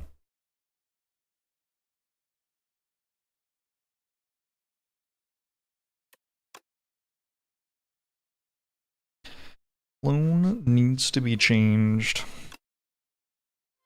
It feels like a lot of the clone stuff doesn't kill Eon Glass. Maybe I'm wrong, but I feel like Eon Glass is a pretty hefty clone nerf. Can I just one-shot it? I don't think so, but maybe.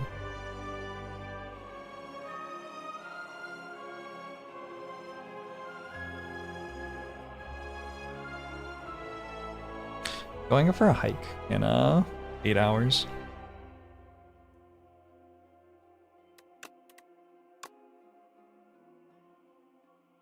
You can't play the Withers. Would you have a deck full of Withers left? No, it still tries to play them. They just go to discard pile instead of being in your draw pile. It's not as big a deal as it seems like it is, I guess. Like, we go through our deck one time, and we have 16 Withers total, but we still have 96 other cards. So I don't know that that, like, actually matters. Like, on average, we draw 0 Withers each turn after playing that many cards in turn 1. It does presumably make the catastrophe... Like, it makes the deck a little bit less reliable. It obviously makes the deck a bit worse. Have 16 Withers in it, but it still has 96 other cards. Probably just kill it with Lunar Blast in the second deck cycle. Certainly possible. Catastrophe doesn't exhaust the Withers. Withers got changed in this beta patch. They don't exhaust anymore.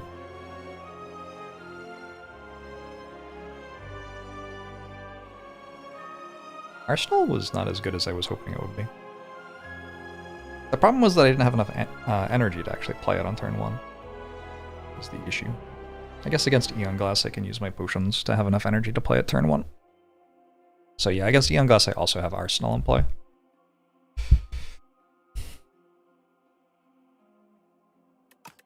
I kind of feel like I just never lose at this game anymore. It's not a feeling that I seek.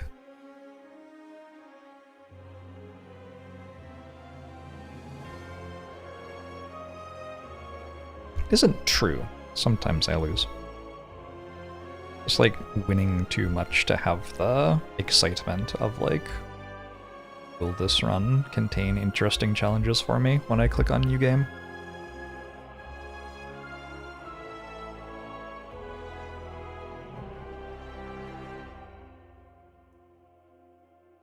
None of us know what our true win rate is. Kind of like the thing with fathers. But I'm winning a lot. Plus strength on Potion Relic would have made it pretty strong non-issue. Oh, true, I also had plus strength on potions, which I had definitely forgotten about. Any custom modifiers I consider adding for difficulty? I have literally never looked at custom mode.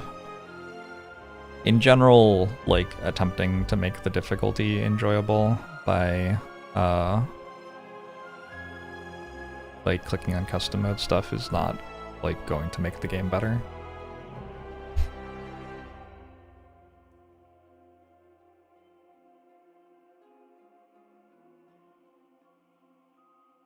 Most of these red things are, like, buffs. It's kind of weird. The only red one that I've read so far that doesn't have an upside is this one.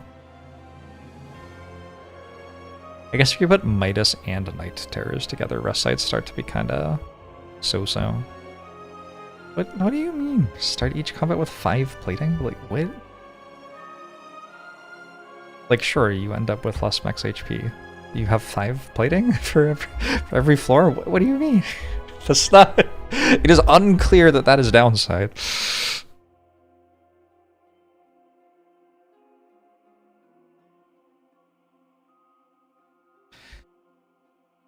3 Jorget.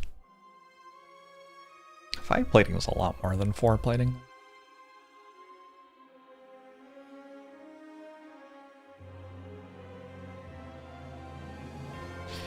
The game got a little harder, though. I have not seen any evidence that the last patch made the game harder. Look at how many buffs there were. Buff, buff, buff, buff. This is stronger now. This is a strong damage start, which is now common. This got buffed. Buffed. Ooh, 1 nerf. That's also a nerf. That's a nerf.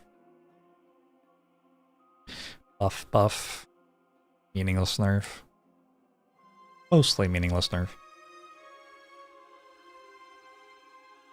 I don't know. They gave a lot of player buffs. I think people overestimate how much enemies matter in this game. The enemies don't matter that much.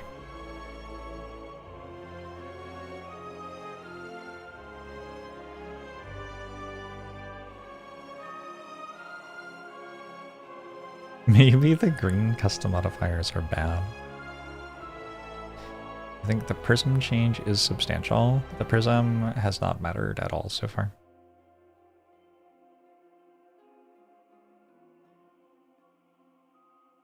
But I guess you are allowed to think that.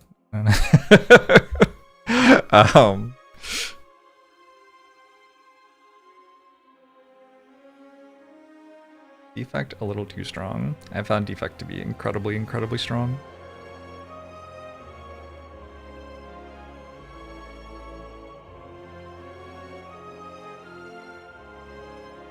How are you all? How are things?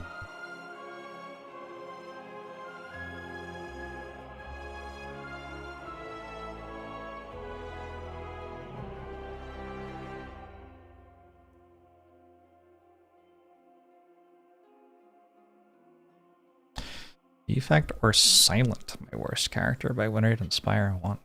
Why are those the only options? Weird.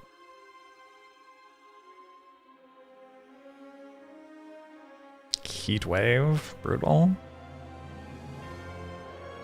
It's awkward. Insert what do you name? Already hear it. Top Ghost. Hey Trino. Happy birthday, pirates.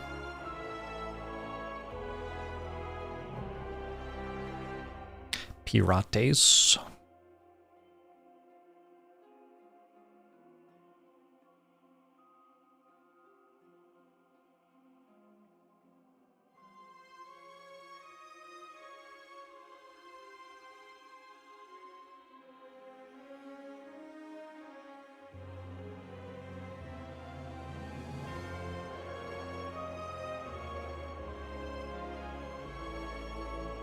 How do I have so little delay on my overlay?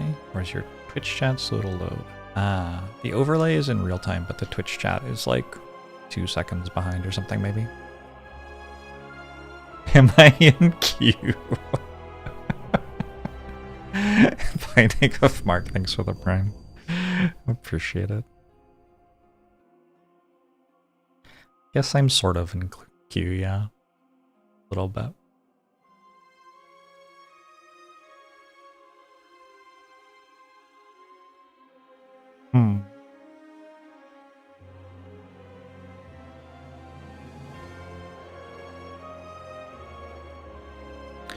Solo queue win streaks 1. I think it would be really fun if the game had public matchmaking for multiplayer. I would like that more than playing multiplayer with a group of people.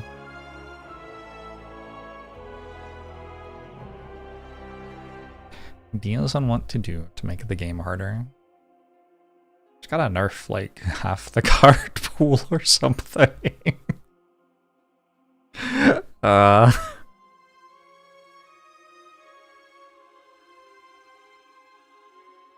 The earliest in the year a heat warning has ever been called in the UK.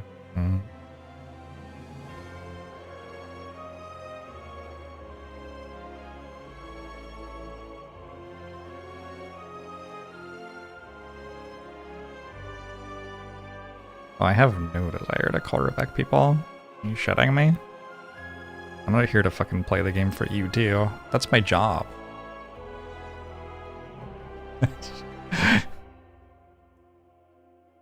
Get done with work, and then it's time for me to do the work for you as well. Yeah.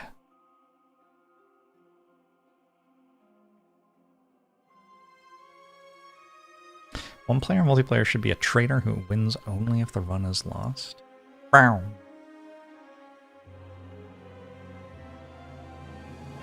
That was my attempt at the Among Us sound. Don't know how I did. I do not think controlling 4 characters in a multiplayer game makes the game harder. It makes it more tedious.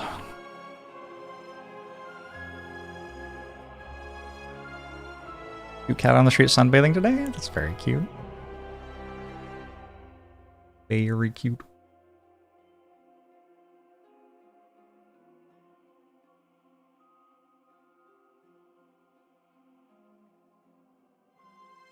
How could they make a silent more interesting to play? Again, you just like nerf half the cards. Like, everything does too much.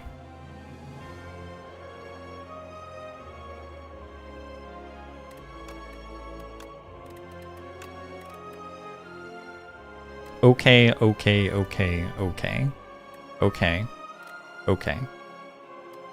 Questionable, but probably okay. This one's alright. I think nerf this. I think this should only add 1 shiv to your hand. Like, that's how far we got up to a card. That's how long it took to get up to a card, which I think is like game breaking. Blade Dance in Spire 1 was add 2 shivs into your hand until very, very late in development when they made it 3 shivs into your hand, at which point it was a broken card. Like, this just being here this early is incorrect. It's like probably fine. Fine. Needs to be uncommon. Like, you can't have this card be common. Okay, like, look at the other commons. This is an obscene card. This could be an uncommon, maybe. Maybe. I bet that if Silent was worse, Anticipate would be a very broken card. But because Silent's so strong, it doesn't matter. Deflect's probably fine. Prepared should be probably removed from the game.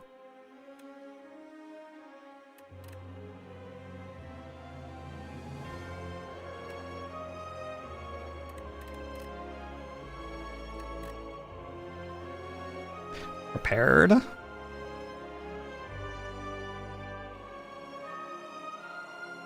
Percentage of the time do I pick this? I only pick it 44% of the time.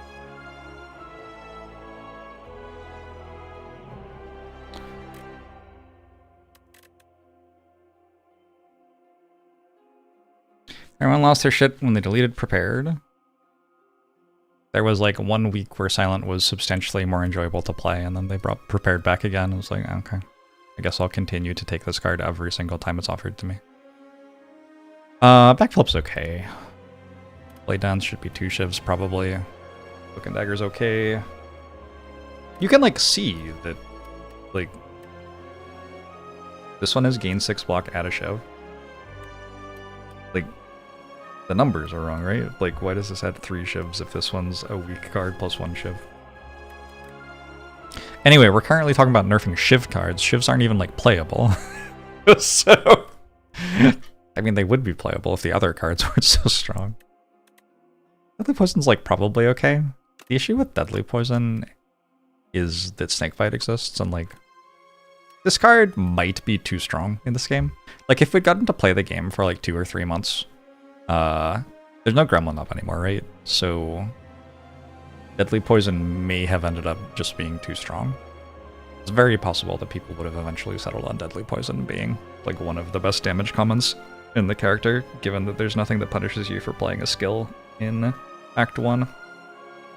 But the game also had Snakebite in it on launch. Like, what? This should be like apply 6, upgrade to 8, maybe.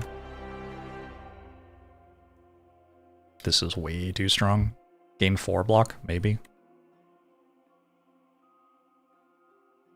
still pretty strong, honestly, at that. Flechette's going to 5 damage is completely unnecessary. I don't understand why that happened. Character's better at having skills in hand than it was in Slay the Spire 1, and the card's been buffed. Don't know why that happened. This card's probably really strong, but I've never, like, tried to play it because I don't have to. This card, just really weird. Like, why? Like, Choke existed, right? Slay the Spire 1. This is just like Choke, but they made it cost half as much, and the numbers are nowhere near half as small. Very weird. Like, clearly way too strong. I don't know, it's just like, like every card is just numerically too strong. I'm done. I'm making myself mad. You look at like what you get for 1 energy on every card in the card pool, basically. It's more than you got in Slay the Spire 1, and the enemies are not harder than they were in Slay the Spire 1. But also, okay, I'm back here again. Also, if every card in the card pool is stronger than it was in Slay the Spire 1, like in terms of what it does per energy kind of idea, then your starter deck just doesn't like do anything. Right? Like the commons being some level of strength relative to the starter cards leads to the balance of the start of the game, where like in Spire 1, one of the reasons that you'd skip at the start of the game was that the commons you were offered weren't that much better than your starter cards. You could play the starter deck, and the game was balanced around like the starter deck works a certain amount of good.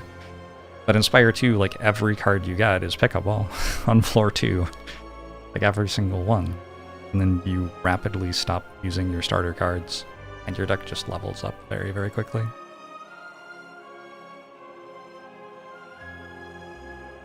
Energy per turn is just not how energy is created in Slay the Spire.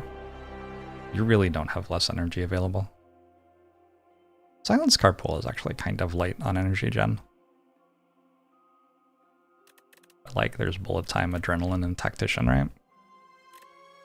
But if you look at, like, Ironclad... Whoa, that was not the button I meant to press. On Ironclad, they made Bloodletting common. Like, this character does not have less energy available than in Slay the Spire 1. Silent is the character that is the closest to having less energy available, like in terms of literally not having 3 energy per turn anymore, but like all of your cards cost 0. Right? Like Prepared, which costs 0, and you discard this. For this. So you don't actually play fewer cards.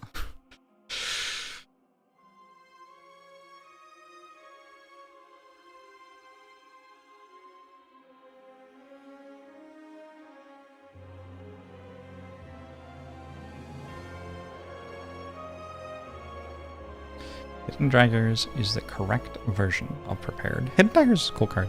I think it is very strong, but it's a cool card.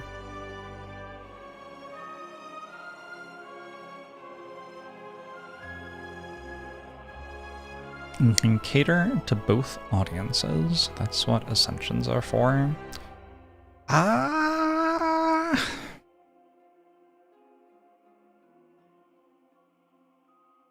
It is genuinely kind of hard to cater to both audiences. It's not that easy. The game's been tremendously successful, and a huge number of people are enjoying playing it a tremendous amount, so like, it's unclear that this is the wrong way to build the game. It is just that if you are playing the game and you're good at games like this, it doesn't hold up that well at max difficulty.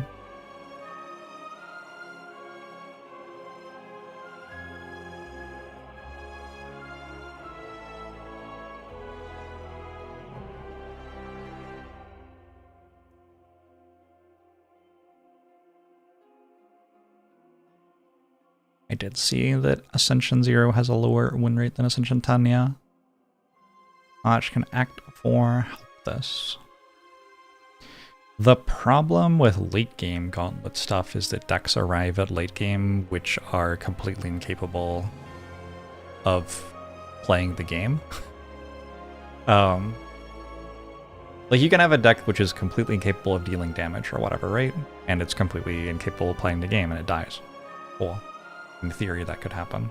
The cards are so pushed that it doesn't really happen, but in theory, it can happen. You can also have a deck which, like, clicks one card and plays 90 cards in a row, and the enemy dies.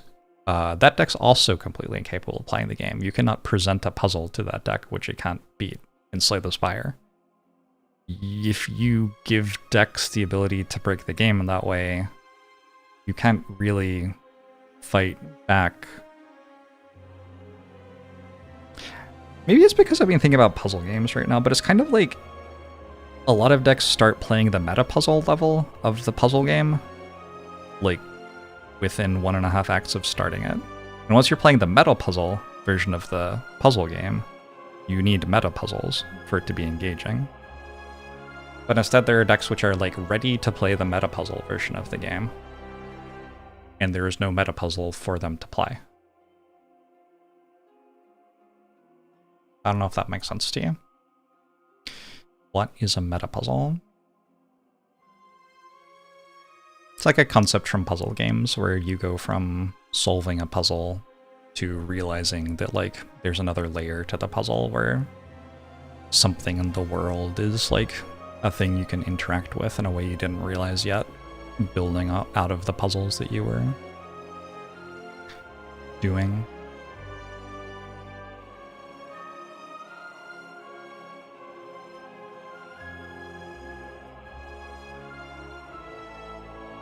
Yes, it's like if in a puzzle game like that, like The Witness or Blueprints or Baba Is You or something, you extremely rapidly got to a point where every single one of the basic puzzles was way too easy to be interesting, and were given resources to do stuff beyond the basic puzzles, and then there weren't anything, there were no non-basic puzzles in the game. I'm really not communicating this that well. But if you know what I mean, you probably know what I mean. There's just no enemy you can create that's like, oh, you've cloned 64 Catastrophe Plus. Here's an enemy that interacts with that in an interesting way. That just, like, doesn't exist. There's no mechanical ability for the game to present such an enemy.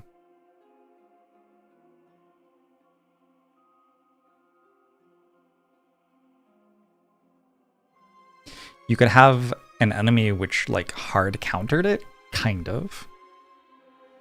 But if an enemy hard counters that, it doesn't create an interesting run. Right?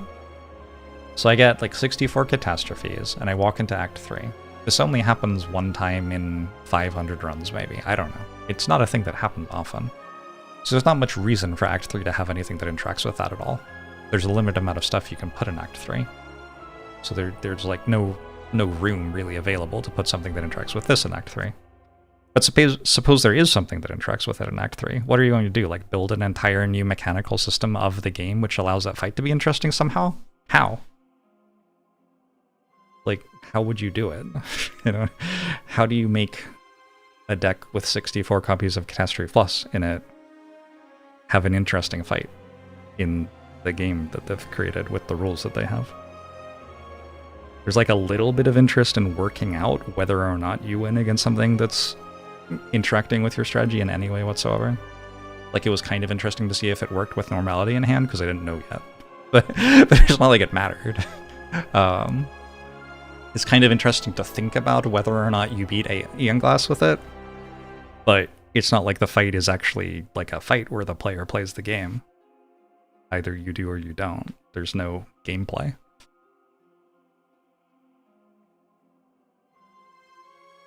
The Catastrophe clone example is, like, egregious. It's a very big example of something like that happening, but it's not the only one.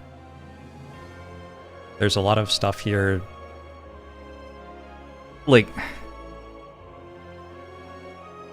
if the only way that Silent gets broken is by playing Footwork or playing Wraithform or playing Catalyst, the ways that you fight that are, like, you have an enemy that scales every time the Silent plays a power, maybe, such that there is an enemy that's scaling against Silent as well. You have an enemy with some artifact charges, so it's harder for Catalyst to work.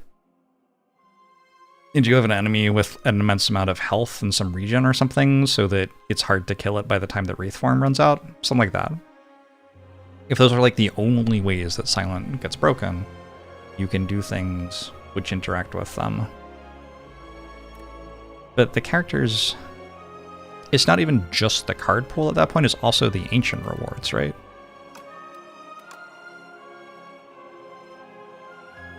Like, the characters can just get so strong. Well, it shows the relic stats in here. You've never taken fur coat, is it true?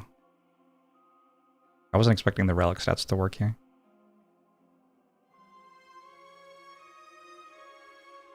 But like, I don't know, like, you also have to have an enemy that can interact with someone with glam, and then you have to have an enemy which can interact with diamond diadem somehow, and like, there's too much stuff.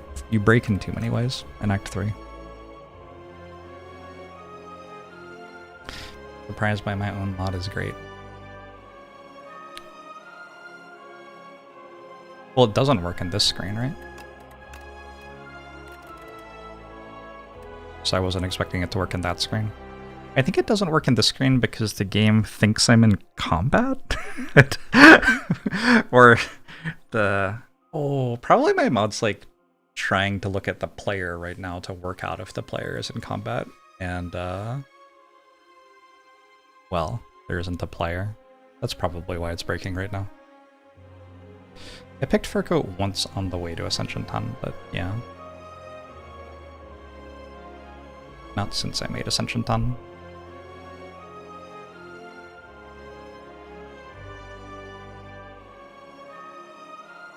And then an issue that you have with the game breaking so hard in Act 2 and 3 is that upgrades don't matter. Like, it isn't just that the upgrades are not that exciting on a lot of cards in this game. The upgrades on a lot of cards in this game, like, feel kinda... like, so-so, like, whatever. Like, look at Ashen Strike. Making this go from 3 to 4 does not make the card meaningfully stronger. This card one-shots the enemies on turn 3 or whatever, without you needing to upgrade it, so like, who cares? The cards are just so strong that the upgrades don't matter. But on top of that, the upgrades also don't matter because your deck's going to be broken by the time that you get to Act 3, and possibly by the time that you get into Act 2. And so you just rest in Act 1. And so the Spire 1, your deck didn't break so heavily going into late game, and so upgrading card in Act 1 gave you meaningful value off of it for the entire rest of the run. Like, almost every time. And so the Spire 2, it'll give you meaningful value off of the card like 1 time in 5 or something going into Act 2 and 3, which means it's better to just rest. And if you get to just rest in Act 1, then Act 1 can't really pose you many problems either. Because you're resting. So like, it deals you damage, but then you rest and the damage goes away.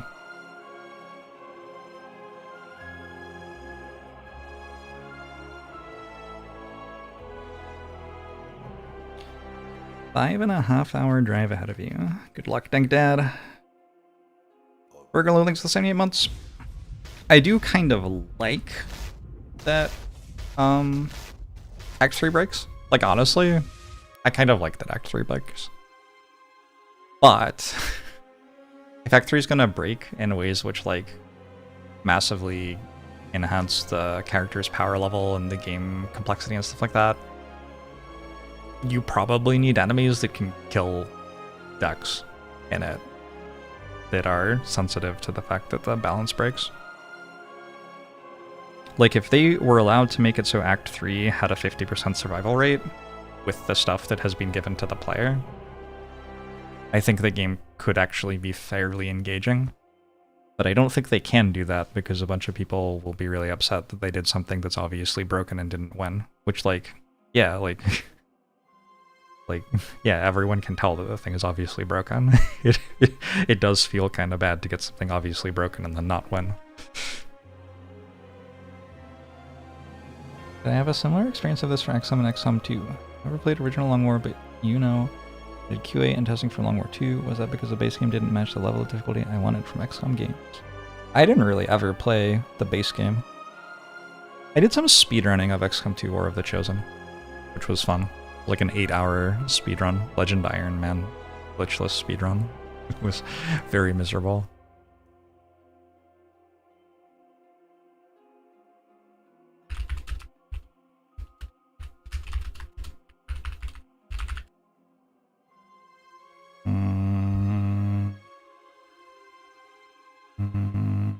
I'm trying to find it on YouTube.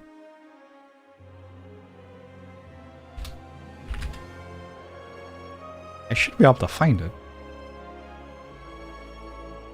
Can't find it. Oh well. There was one where I had been playing for like 8.5 hours and I was on the final turn of the final mission and I had one shot that was like 50% to hit, and if I hit it I won, and if I missed it I lost. That to me is a peak gaming experience. Like I just did everything I possibly could to shave like every second off, get to the final mission, played it as well as I could, as quickly as I could. With the resources that I had, the most that I could possibly get out of it was a 50% shot at the end, and I took the shot. Like, that's awesome for a game to hold up that well for 8.5 hours.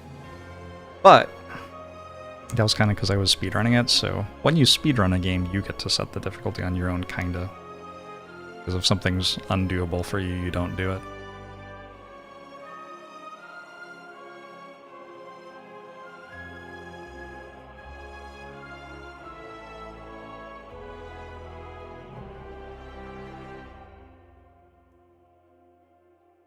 Also, I was trying to force you to break the game to win. Breaking it did not guarantee the win. I don't know. I feel like people play Monster Train 2 win every time, but I might be wrong. The game just introduced an enemy with numbers so large that demands meta problem solving. Would that even be interesting? Because then it actually feels like some runs are more... Well, you don't do it with numbers, right? Numbers aren't meta. You do it with something like... whenever you play an even-numbered card on the turn, like your 2nd, 4th, 6th, 8th cards of the turn have a chance of ending your turn, or something like that. That's the thing that you do. You introduce some sort of meta rule, which is difficult to play around.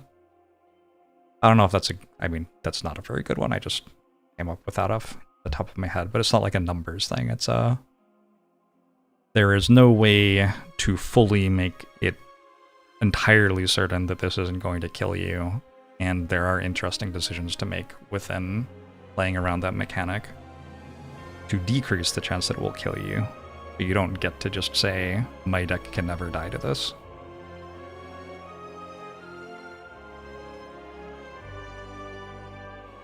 I think the door making that 8 every 10th card is an example of that.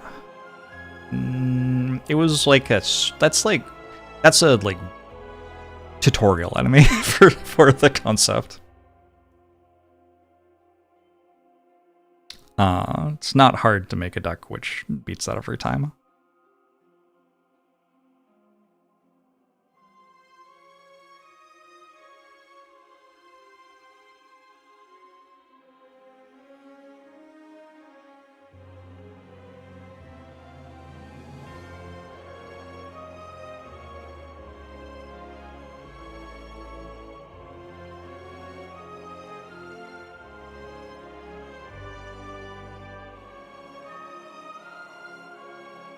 Every Act 3 enemy had a unique gimmick, at least as impactful as eating every 10th card. Yeah. The problem with it is you stop playing Slay the Spire at that point, right? You're now playing some other thing. Like if you give the player meta strength and then give them meta complexity puzzles to solve with their meta strength, that's not Slay the Spire anymore. You're entirely playing a game that isn't Slay the Spire at that point. So what we have instead is like you play Slay the Spire for the first act and a bit, and then you play Victory Lap, kinda.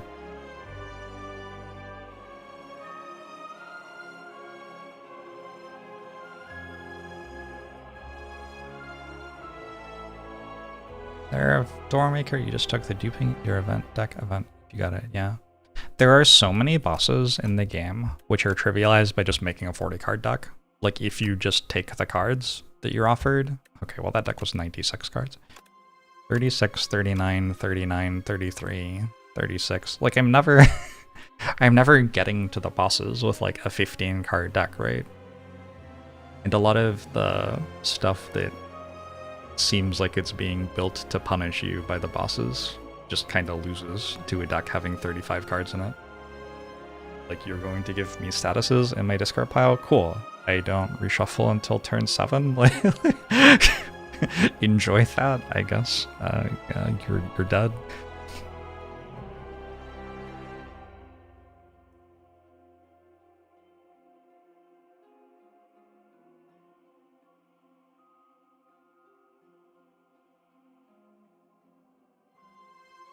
I don't think that multiplayer balance is the reason for any of this, really.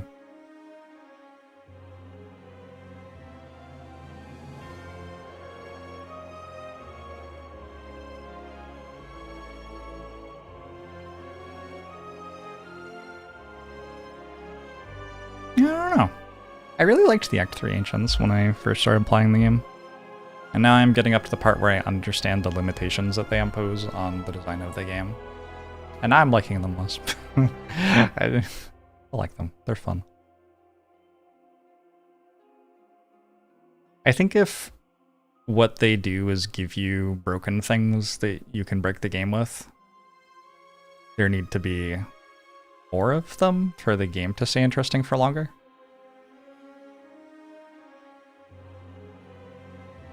Don't know.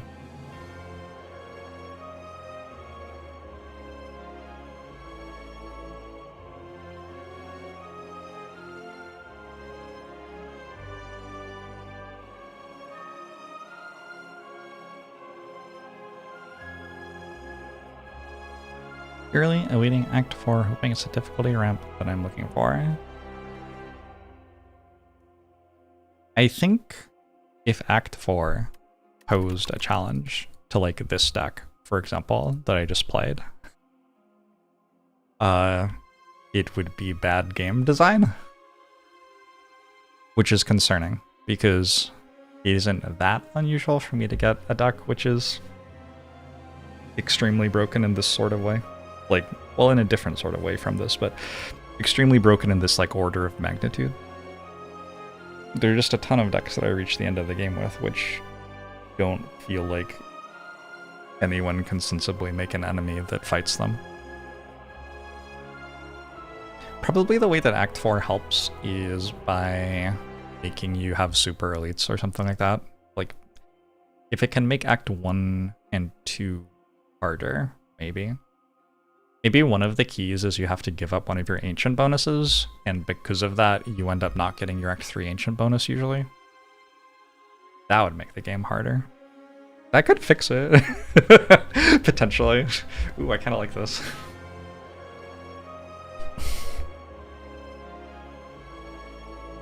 Because I think if that happened, you would give up your Act 3 ancient bonus usually. You're just too likely to die in Act 1 or 2 otherwise.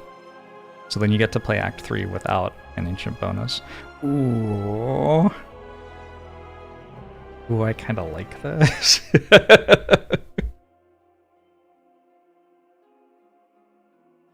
Bring up a bonfire probably makes a lot of difference. Little bit of difference. The game or example I have that encompasses the sort of fantasy I'm looking for. Not sure what fantasy means there.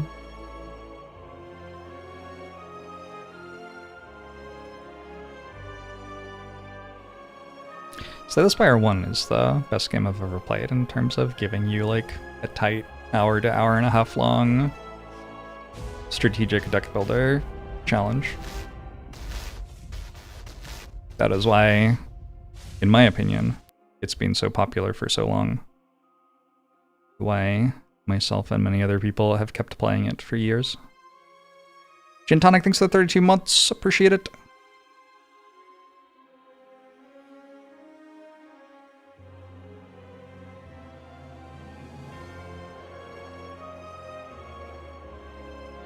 How much faith do I have in Megacrit balancing the game into a more interesting game? It doesn't have anything to do with Megacrit. This is a game that's in the world for an audience of players, and if the audience of players don't want it to be an engaging strategic deck builder, which honestly, like, the form of strategy games that I play have always been like indie niche games that most people don't want to play. If the audience for this game wants it to be more like a Balatro kind of thing, where you play a like fairly linear thing where your numbers go up really quickly and there are flashing lights on the screen or whatever.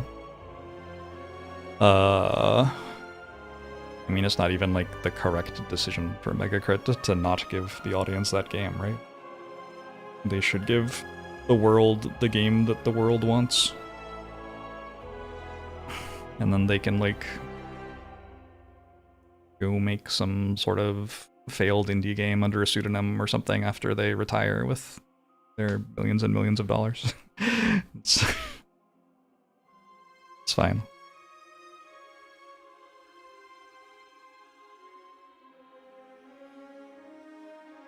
There are some pretty successful indie devs in the Seattle area. I live not very far from where Adobe Flash was created. So, like, it was in Fremont or something? Ballard? I don't know. But, like, in the Seattle area. And there's still a culture of, like, people who make little goofy games around here. The guy who makes Stardew Valley is around here. The Among Us team is around here. Megacrit's around here. There are a lot of people who make very small, goofy indie games, which they've made well enough that the games have then gotten huge. And it's really interesting to talk to them sometimes about that, because their passion started as like making a goofy game that was exactly what they wanted, and then it got an audience potentially the size of like a AAA, quadruple A kind of game, where now they're making a game which like the world wants instead, and supporting that and coming out with DLCs for it and things which are for the players who are playing it instead of for themselves wanting to make the game they want to make. And like, different people have different experiences with this, but yeah.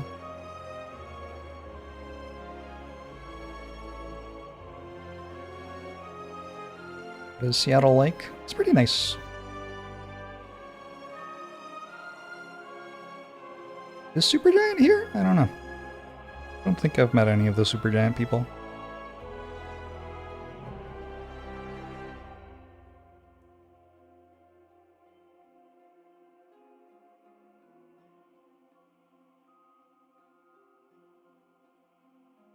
So yeah, sometimes I'll be talking to them and they're like telling me about how they've been supporting this tremendously successful game for like the last 6 years or whatever, and you know, they could be retired basically. Like, if you are making an indie game, you usually don't have investment in your company. Like, you basically can't get investment. That's kind of what an indie game is, right? It's like a game by a dev who doesn't have investment. It's changing a little bit nowadays. Indie games are a bigger thing, so there are companies who are launching successful indie games and they don't own their company, so they're not just like set for life. But a lot of the people who launch a successful indie game actually just own all of themselves, or are giving up like some percentage to a publisher and some percentage to Steam, but still own most of themselves. And then they just have enough money for life. So then they can just go back to making like niche indie games.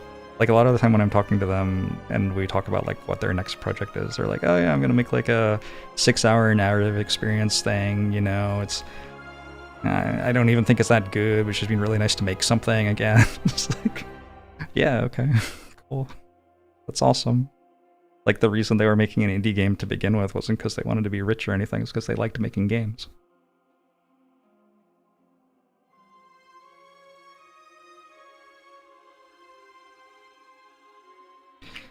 Like the Slay the Spire 2 niche indie game. Mega crits, like,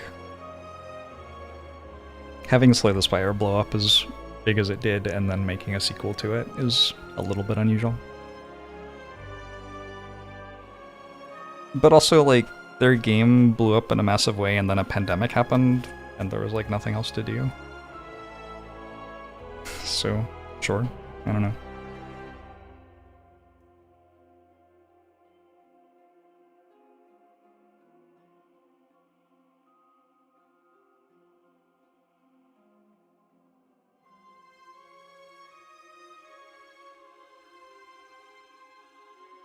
One of the devs not liking card games is the funniest part of the Slay the Spire story. Yeah, Casey doesn't even like card games.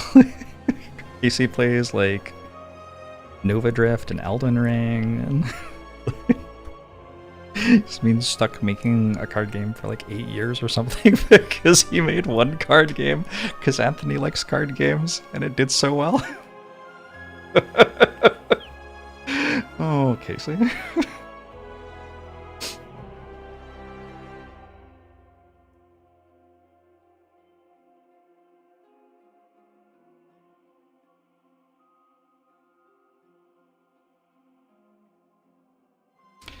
Anywho. Titanium card dev is in this area, like in Seattle area. That doesn't surprise me at all. Lots of really good games coming out of the Seattle area.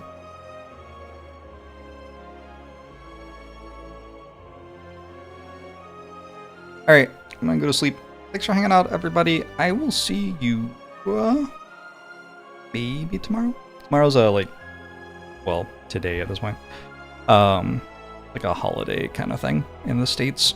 So, we have plans with friends to go for a hike and everything. It's kind of like the start of summer kind of holiday weekend right now. But I will see you on Tuesday if I don't see you tomorrow.